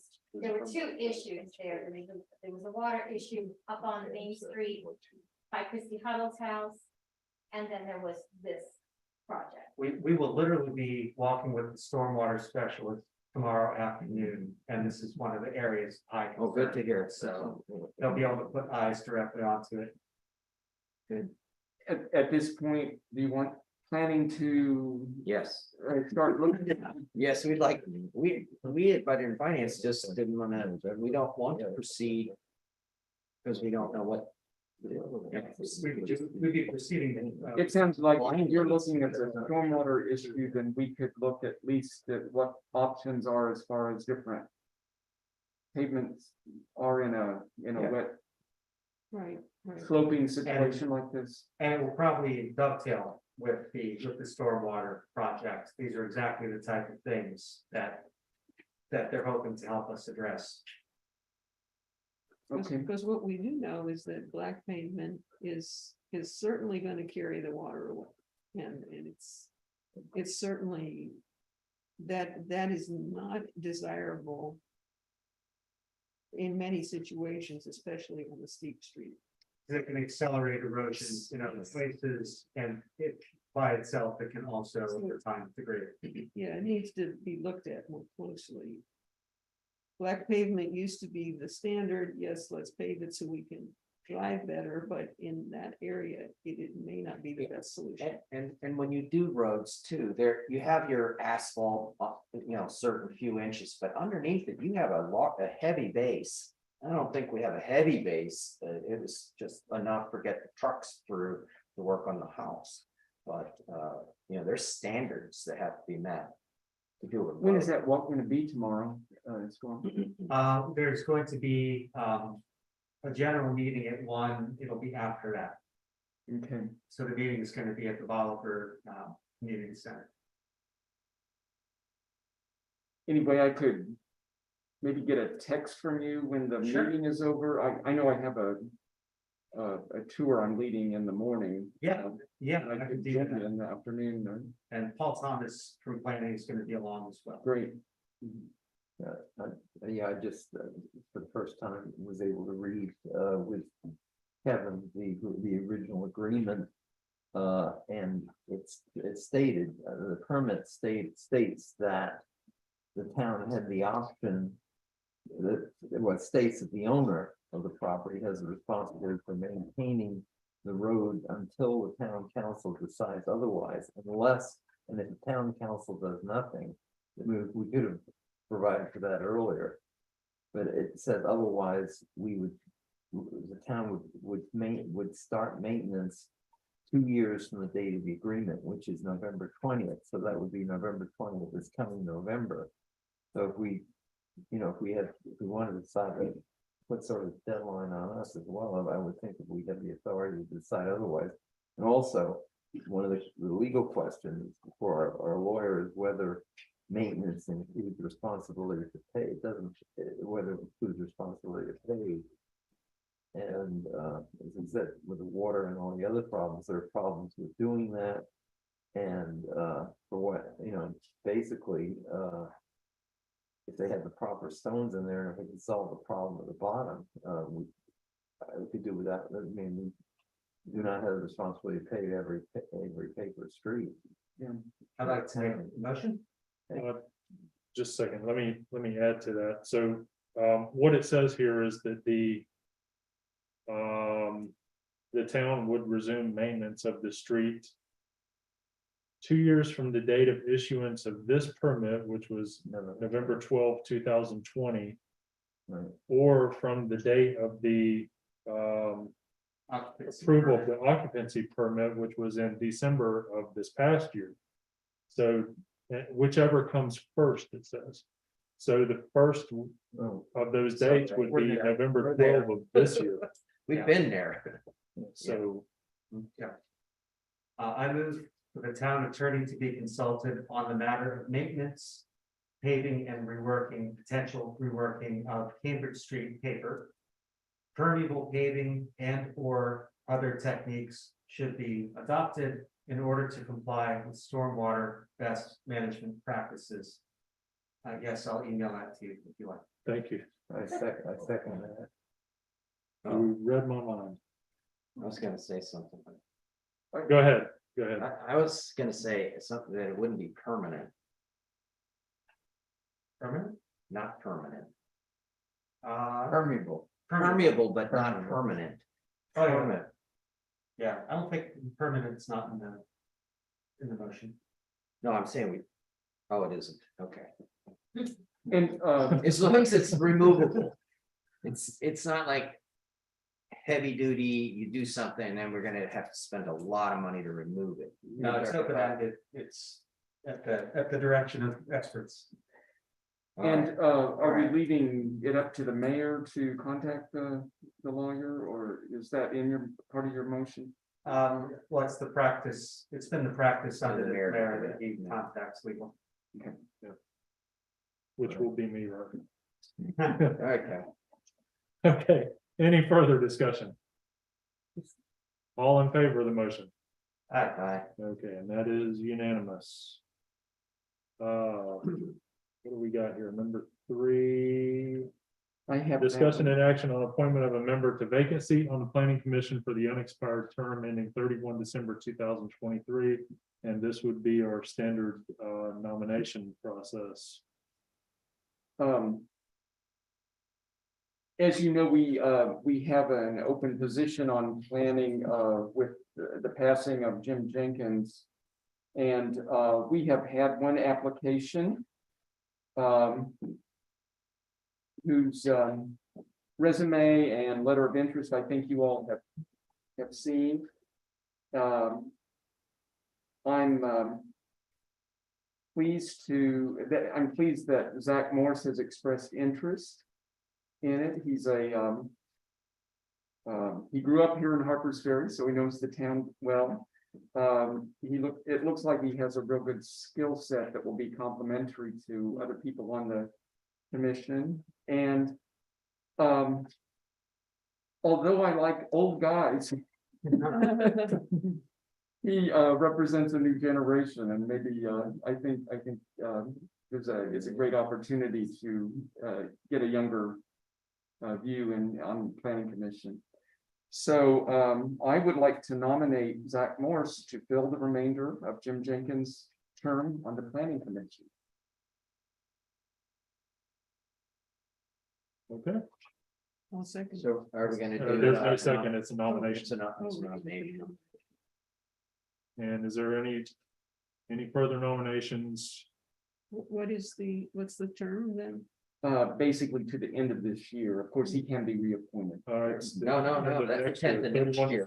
According to this. Next. Is it at the end of next year? Yeah, Oh, okay, so it's a little bit more than a year. okay. Okay, nominations are now closed.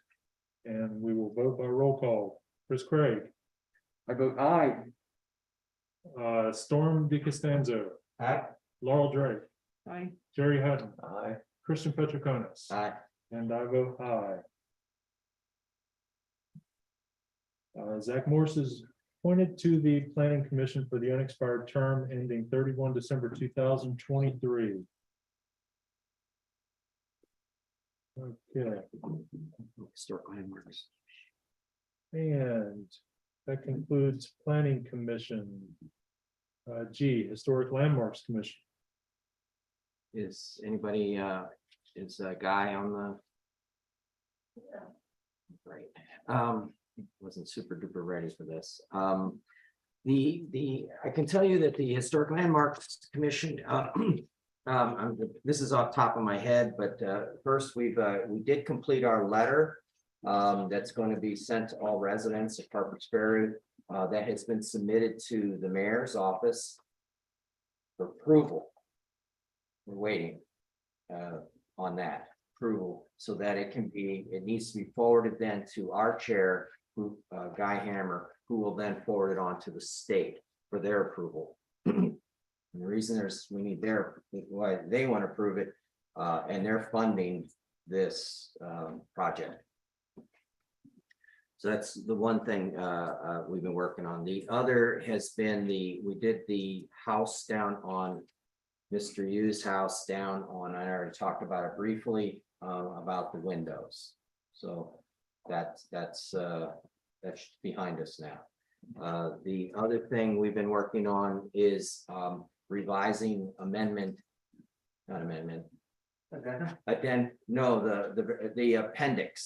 the appendix A.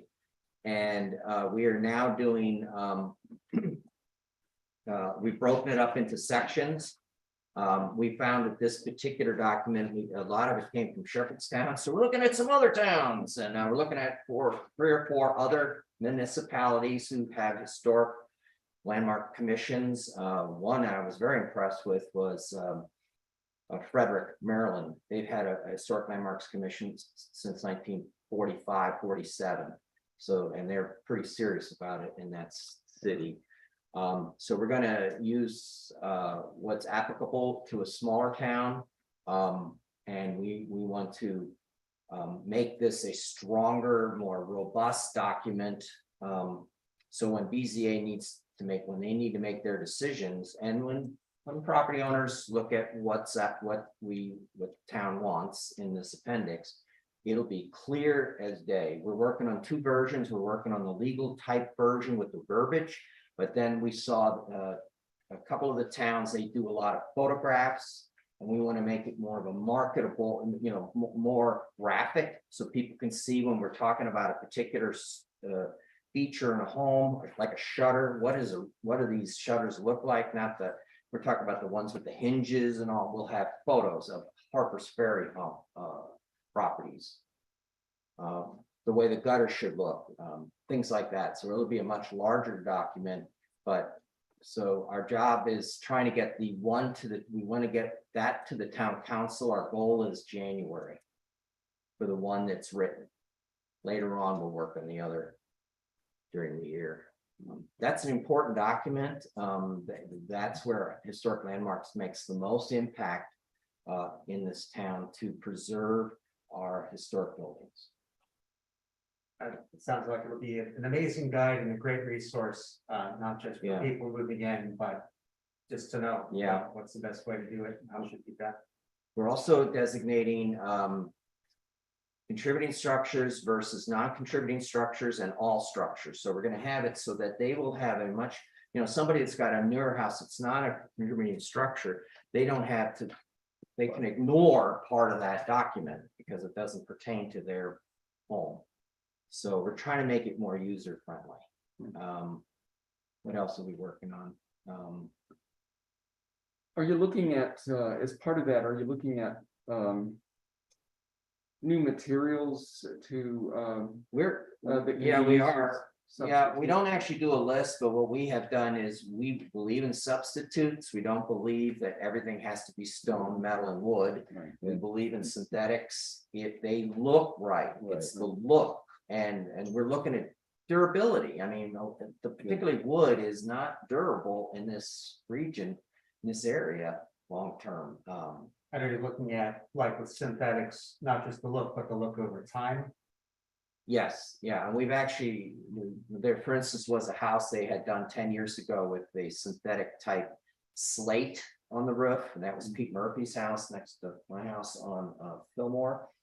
And unfortunately, they took the roof off and put a standing seam roof on it, but originally it was a true slate roof on that house. But they allowed years ago a substitute, and it worked well. It looked good. I mean, it tricked me. I thought it was slate.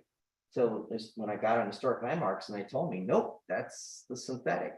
So there are synthetics out there that that was a model, that was like an early example of a substitute, and they wanted to look at it over time, and it worked out.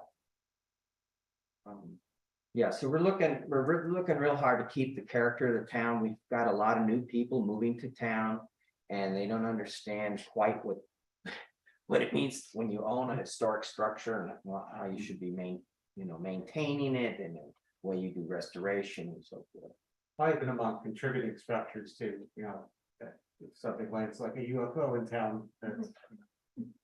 That's not ideal. Well, our letter is really important, the one that you saw. At least we're trying to, and we also want to be recognized in the community as a resource for others.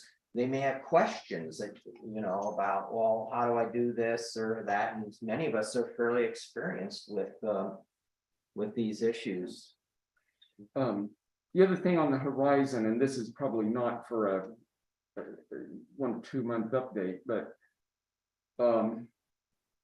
I know Planning Commission has an interest as we go into the comprehensive plan update to look at renewable energy and how we can apply that to our historical structures. around Harper's Ferry, so. That's gonna take a lot of research, a lot of work, and I'm sure the technology is expanding all the time too, so. Keep that, don't worry about it for a. We've already discussed it to some extent, and we looked at what other towns are doing with solar. We have an issue. We want solar in our community, at least the historic landmarks, but we want to make it so it fits, and so it's appropriate. Now, non-contributing homes, I believe it's pretty wide open for them, but contributing structures, that's gonna be on a case-by-case basis. So, but we're not gonna say no. Yeah, there are materials out there. Yeah. That, It's evolving. yeah, like there are some in particular, roof tiles that have been designed that are solar that.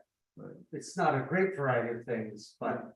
And structures off the house, it doesn't have to be on the house. We found most towns, they allow it in the backyard, but you know how solar is, it has to be a certain orientation to the sun so that it'll work properly. And we haven't even gotten into wind, and I don't know whether there's noise issues, that would be, Well, there's a windmill on Shenandoah Street in the early 19th century. oh. Just saying. Can we put a cell tower? Can we put a cell tower? I don't think it's all enough to do it. It's a big topic, and I'm just excited about it. All right, so Big Chris, topic. you're right, that new technology, we have to incorporate it in the town, not. And in the town, also, it's not in the budget and financing, but we are working on incorporating it in our town to support it in the state of West Virginia. We kind of heard that in the last meeting. Yeah. So you'll hear more about it. That's it for historic landmarks. It's off the top of my head. Okay, thank you. And I'll just remind you that the appendix A Yes, is approved by ordinance. So yes. when it's ready for approval, it'll need to go to the ORC. Do RC first. Okay, okay. Thank you. Thank you. We have nothing under number 4 and 5, organizations, other reports, or Actually- unfinished business. Actually, I do have some, I had emailed about some organization reports. Okay. Several things happening with canal towns and so forth. I'd just like to make you all aware of. New season of Canal Town Partnership meetings is starting this Wednesday, day after tomorrow. Presently still on Zoom. That may change during the season. And if any of you are ever interested in participating in those meetings, which always occur on the second Wednesday of each month, 10 to 12, let me know. I can get you that invitation and you'd be welcome. I was elected vice chairman for the partnership in the spring, so I'll be taking a new role there. And we are looking at expansion of the memberships, the towns involved in Canal Town Partnership. There's been talk about Berkeley Springs and Frederick getting involved. Also, the C&O Canal National Historical Park is going to have a headquarters celebration. They have an incredible new building in Williamsport, and there's going to be a headquarters celebration on Wednesday, the 21st of September. It is by invitation only, but if anyone here wants an invitation, let me know, and I will work on that. Trail and Town submitted a letter of recommendation to ATC to support its grant application to USDA. If awarded, the grant will support development of a resource toolkit to enhance recreational economies and implement community projects in Harpers Ferry, Bolivar, as well as all of our sister AT communities up and down the trail. So that's exciting prospects. I've already mentioned Trail and Town's work on the new trails at Woodpecker Woods. If you get a chance to get over there, or if you want to walk with me over there sometime, let me know. one thing I did not mention, there's some, quite a bit of concern with a nasty new invasive that is coming down the hill from Bolivar Heights into the towns, and that is wavy leaf basket grass.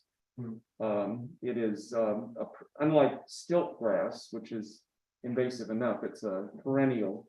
And it has sticky seeds that stick to stalks. and It's a messy, yeah. So, we'll probably be putting something in the town newsletter soon about that. To alert people, and Trail in Town is already doing some work on that. In Woodpecker Woods.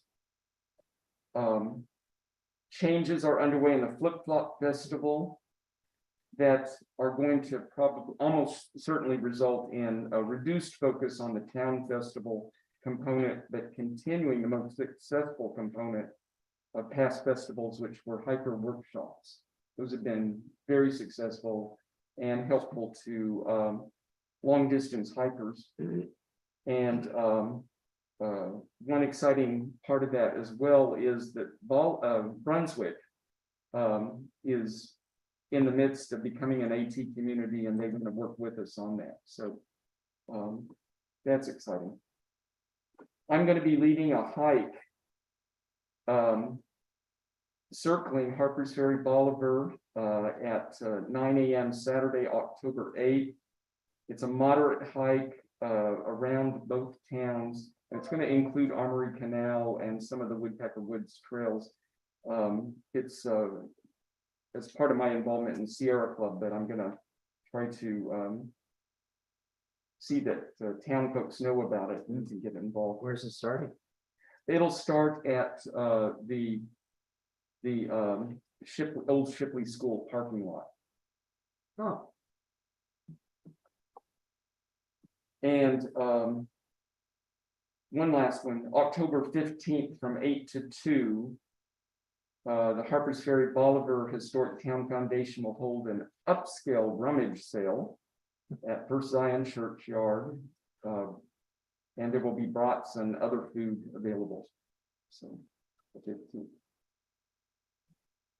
That's it. Thank you. Okay, thank you, Chris.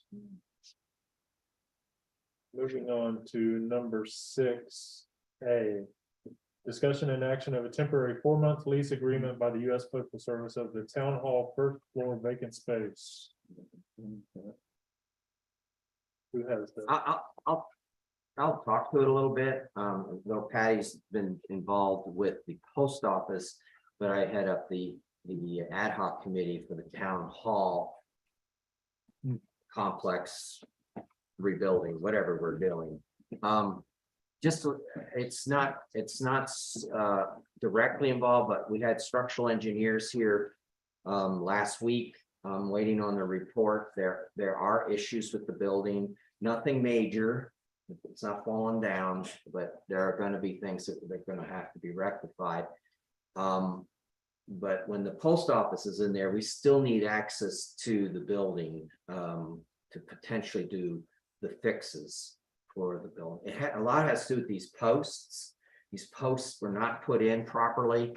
And it took quite a while to figure out why they're sinking in the floor. And they did figure it out, but they're doing a lot of calculations and stuff. And so there's potential other issues I'll get into later, but just to let you know that we just need access to that site, to the where the post office is. The post office submitted their standard lease form, the same one that we signed last year. And it's a 4-month agreement, and they're offering $299.82 a month. I don't remember what that calculation was. I think it was maybe we were talking.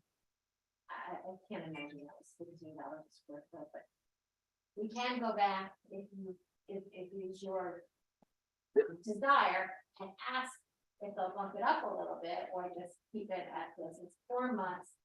They rented it last year. They didn't really use it. So I was kind of surprised when they came back and said, oh yeah, they want it. I guess they as want it well. just in case.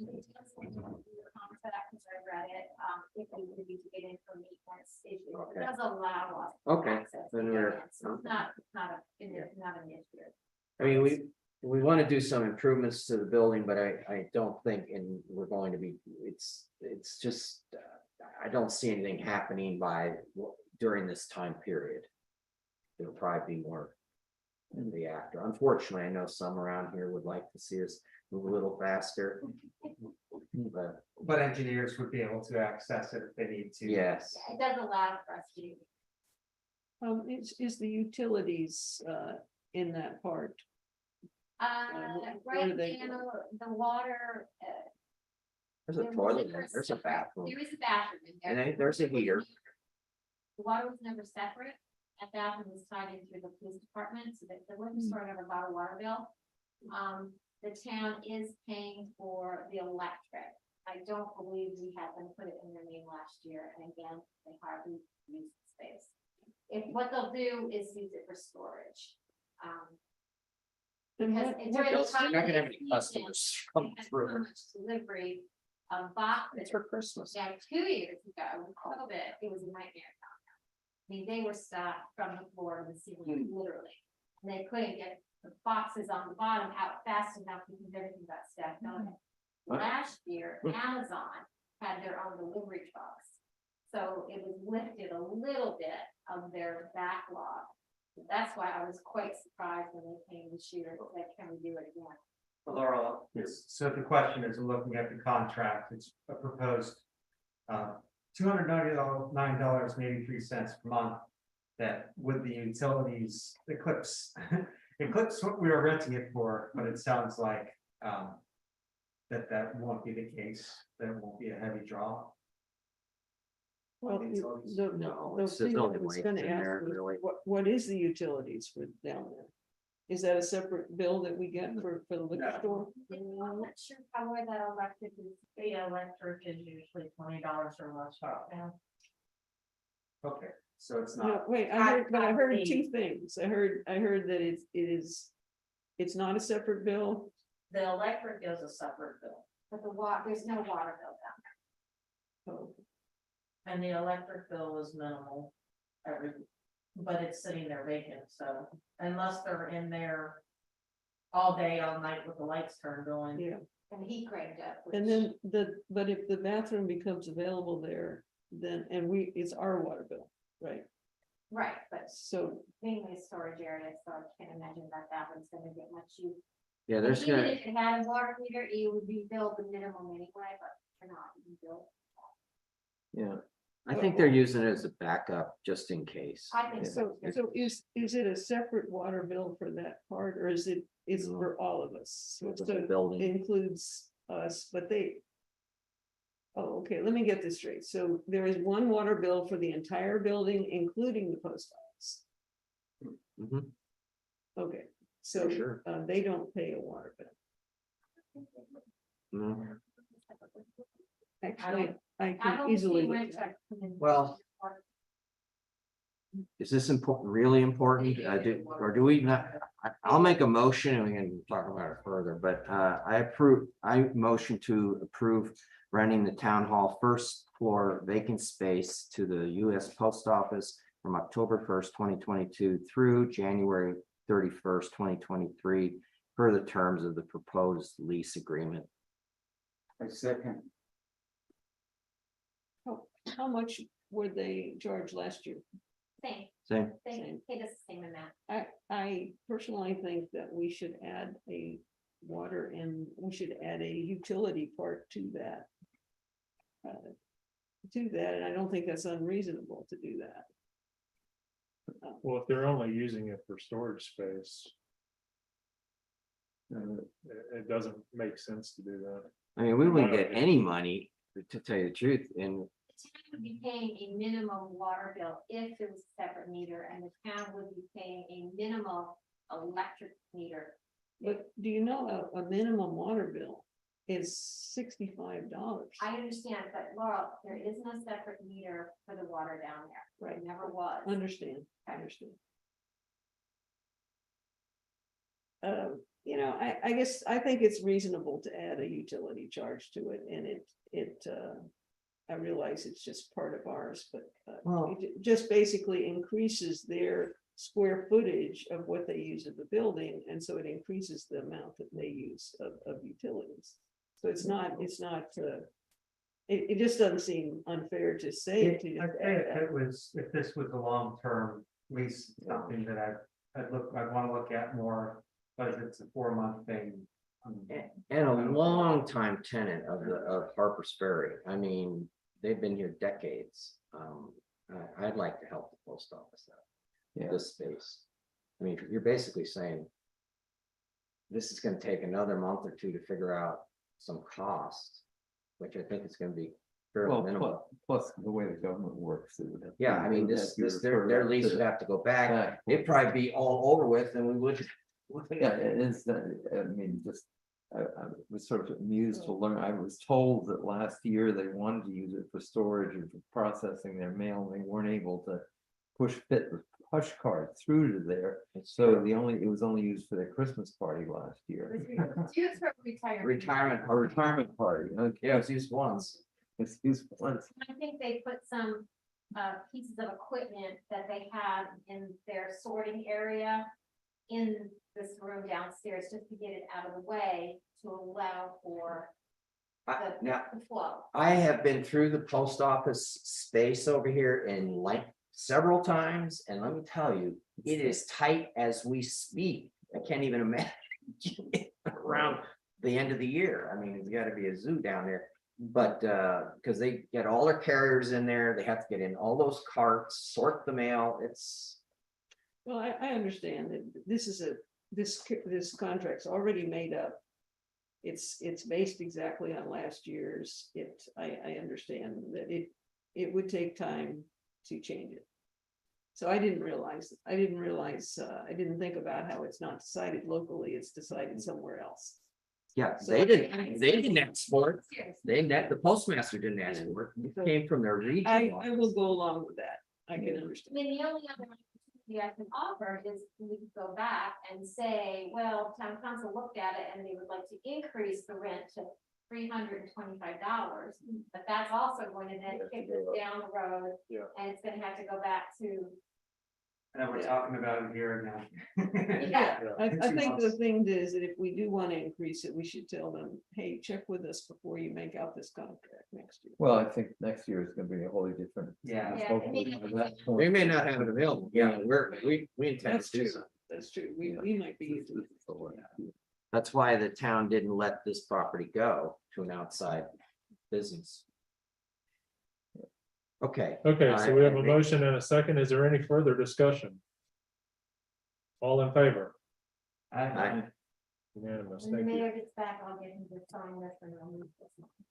Okay, Alright. or I can sign it. You want to- Yeah, let's just get it moving. B, 6B, discussion and action on COVID-19 town council meeting protocol.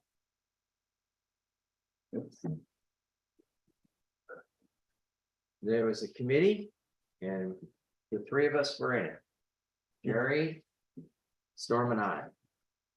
But who wants to talk to it? Do you want to hear?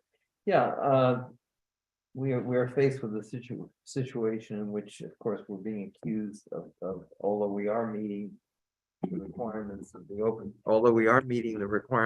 Open Meeting Act, a number of, we've received citizen complaints that they feel that, we are preventing them from attending the meetings and effectively participating, and they've been, in fact, we had a demonstrator from outside of this area show up at the first meeting who was, but she went to several towns to prove that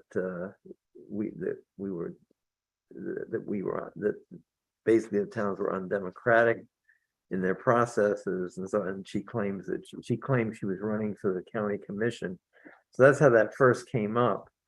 So what our committee was charged with was trying to create a balance in which we could increase and open the meetings to the public in a manner that would be safe, in view of the fact that, the COVID levels of this county still are high.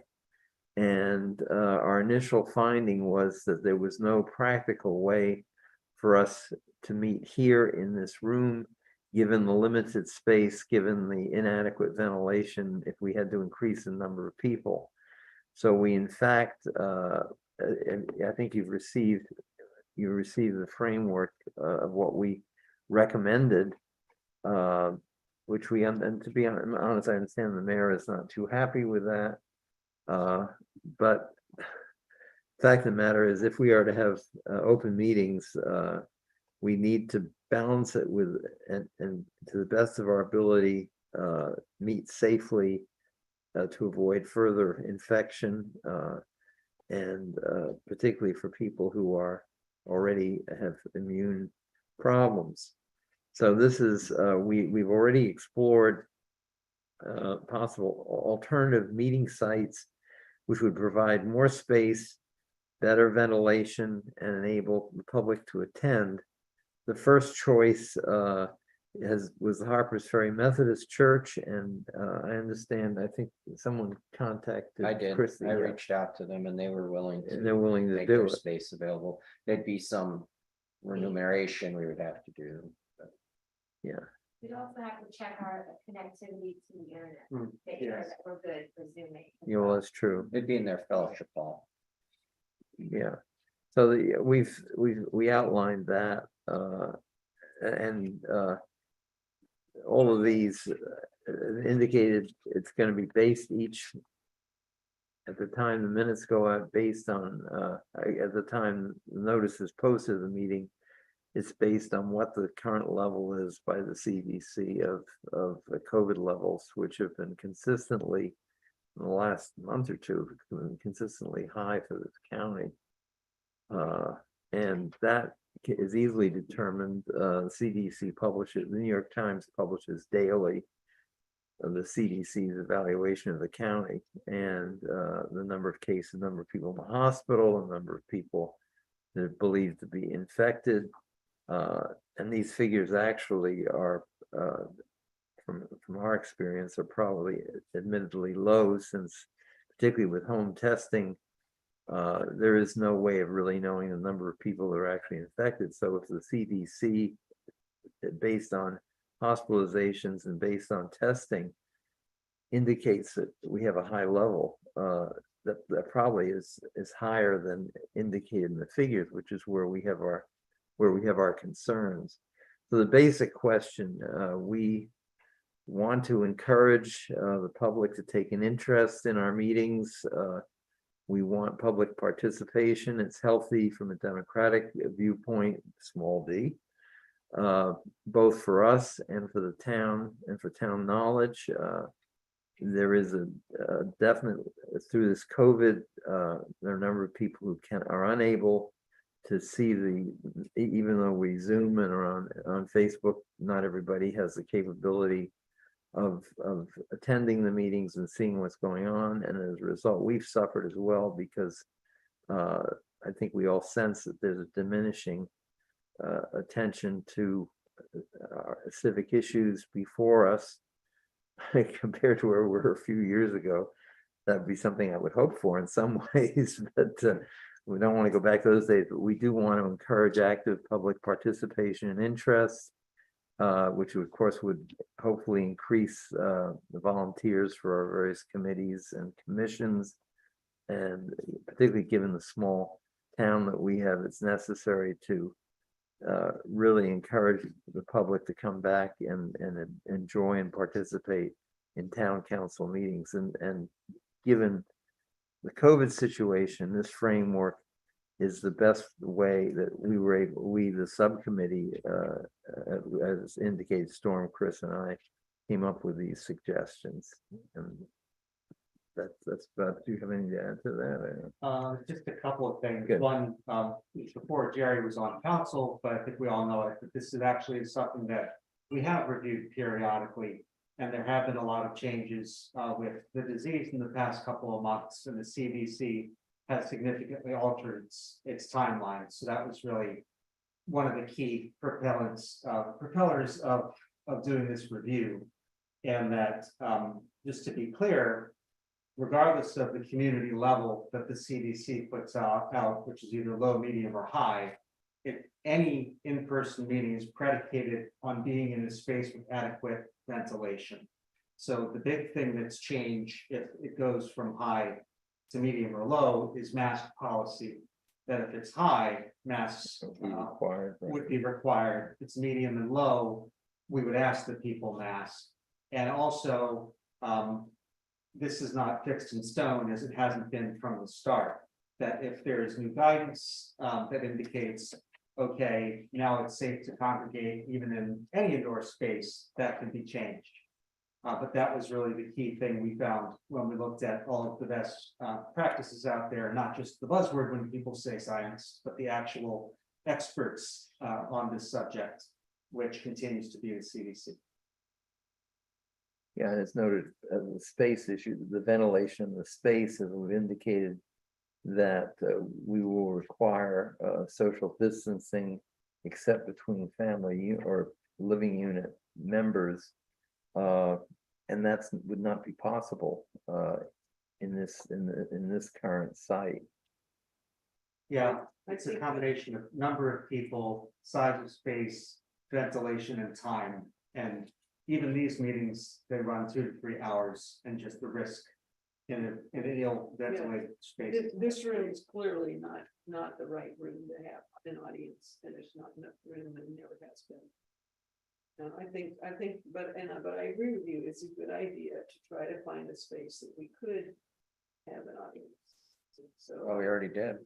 And we certainly need to make sure we communicated it well, that if we do decide this is the way we're going, and as was pointed out, to make sure that the technology will work in that venue.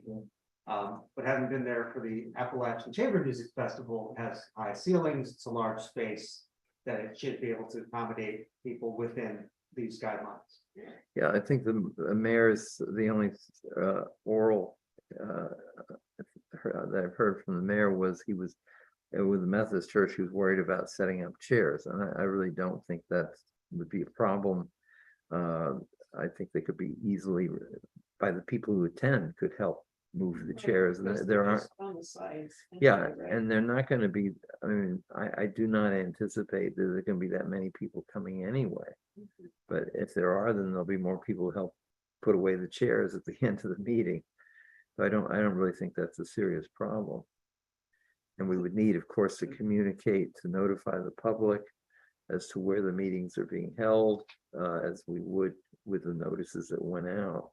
And also, I mean, but I think adopting a policy such as this shows that we're making a good faith effort to reach out to the public and recognize that that the public rightfully is concerned about participation and openness in our meetings, even though we are available on Zoom and have done everything that we can technologically to allow them to attend. It's still, I don't know if we've actually checked on the number of people who are actually attending, but I understand it's probably a fairly small number. Fairly well, yeah.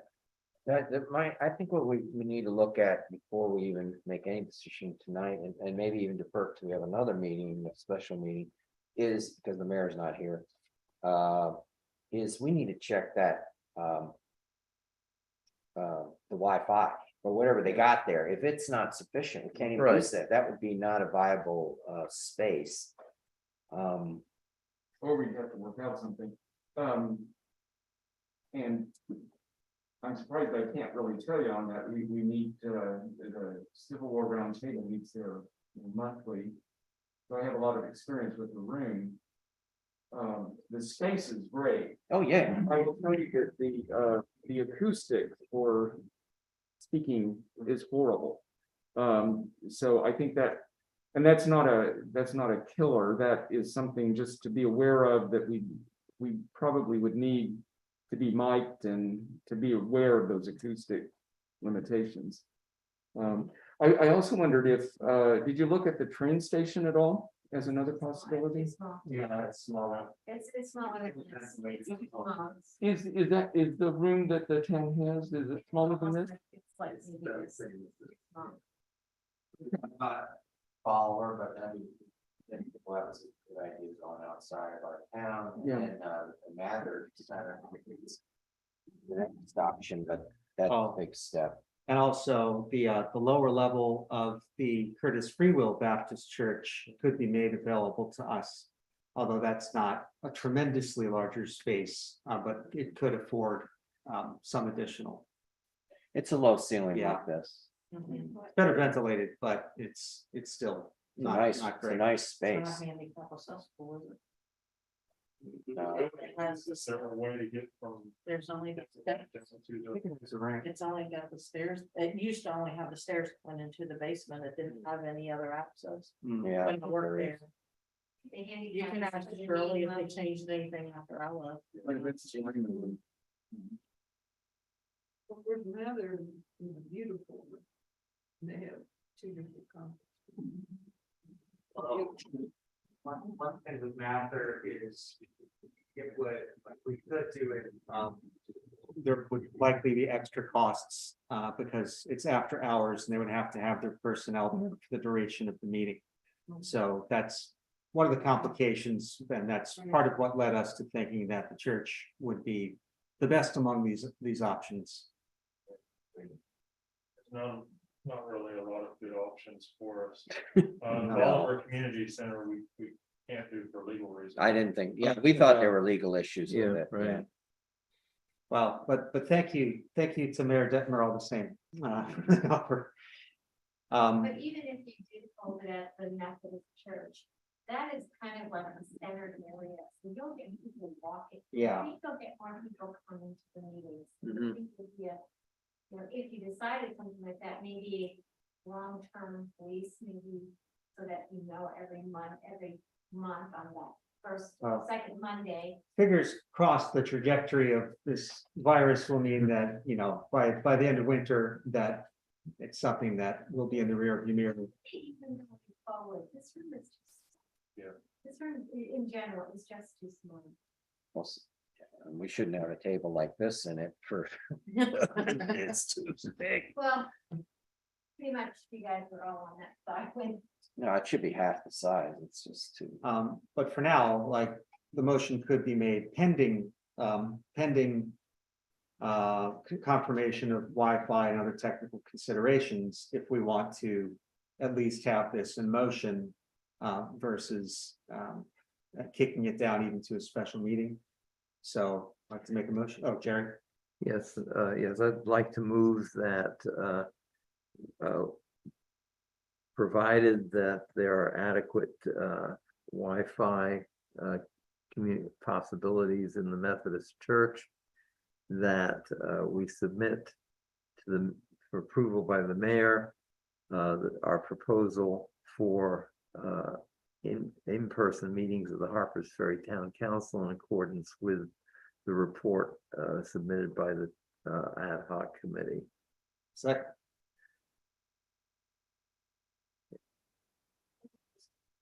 Would you hold just your regular meetings there, or would you do special meetings there?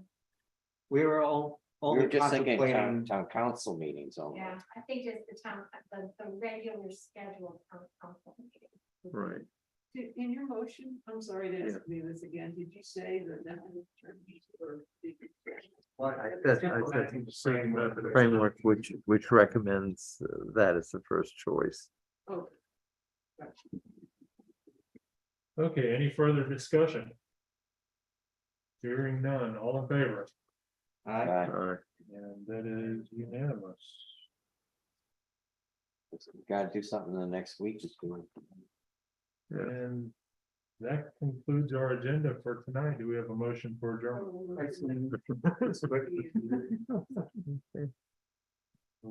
Yeah, I heard. Chris. Laura Who was seconded it? on the second. Okay. Sounds good. All in favor? Aye. We are adjourned.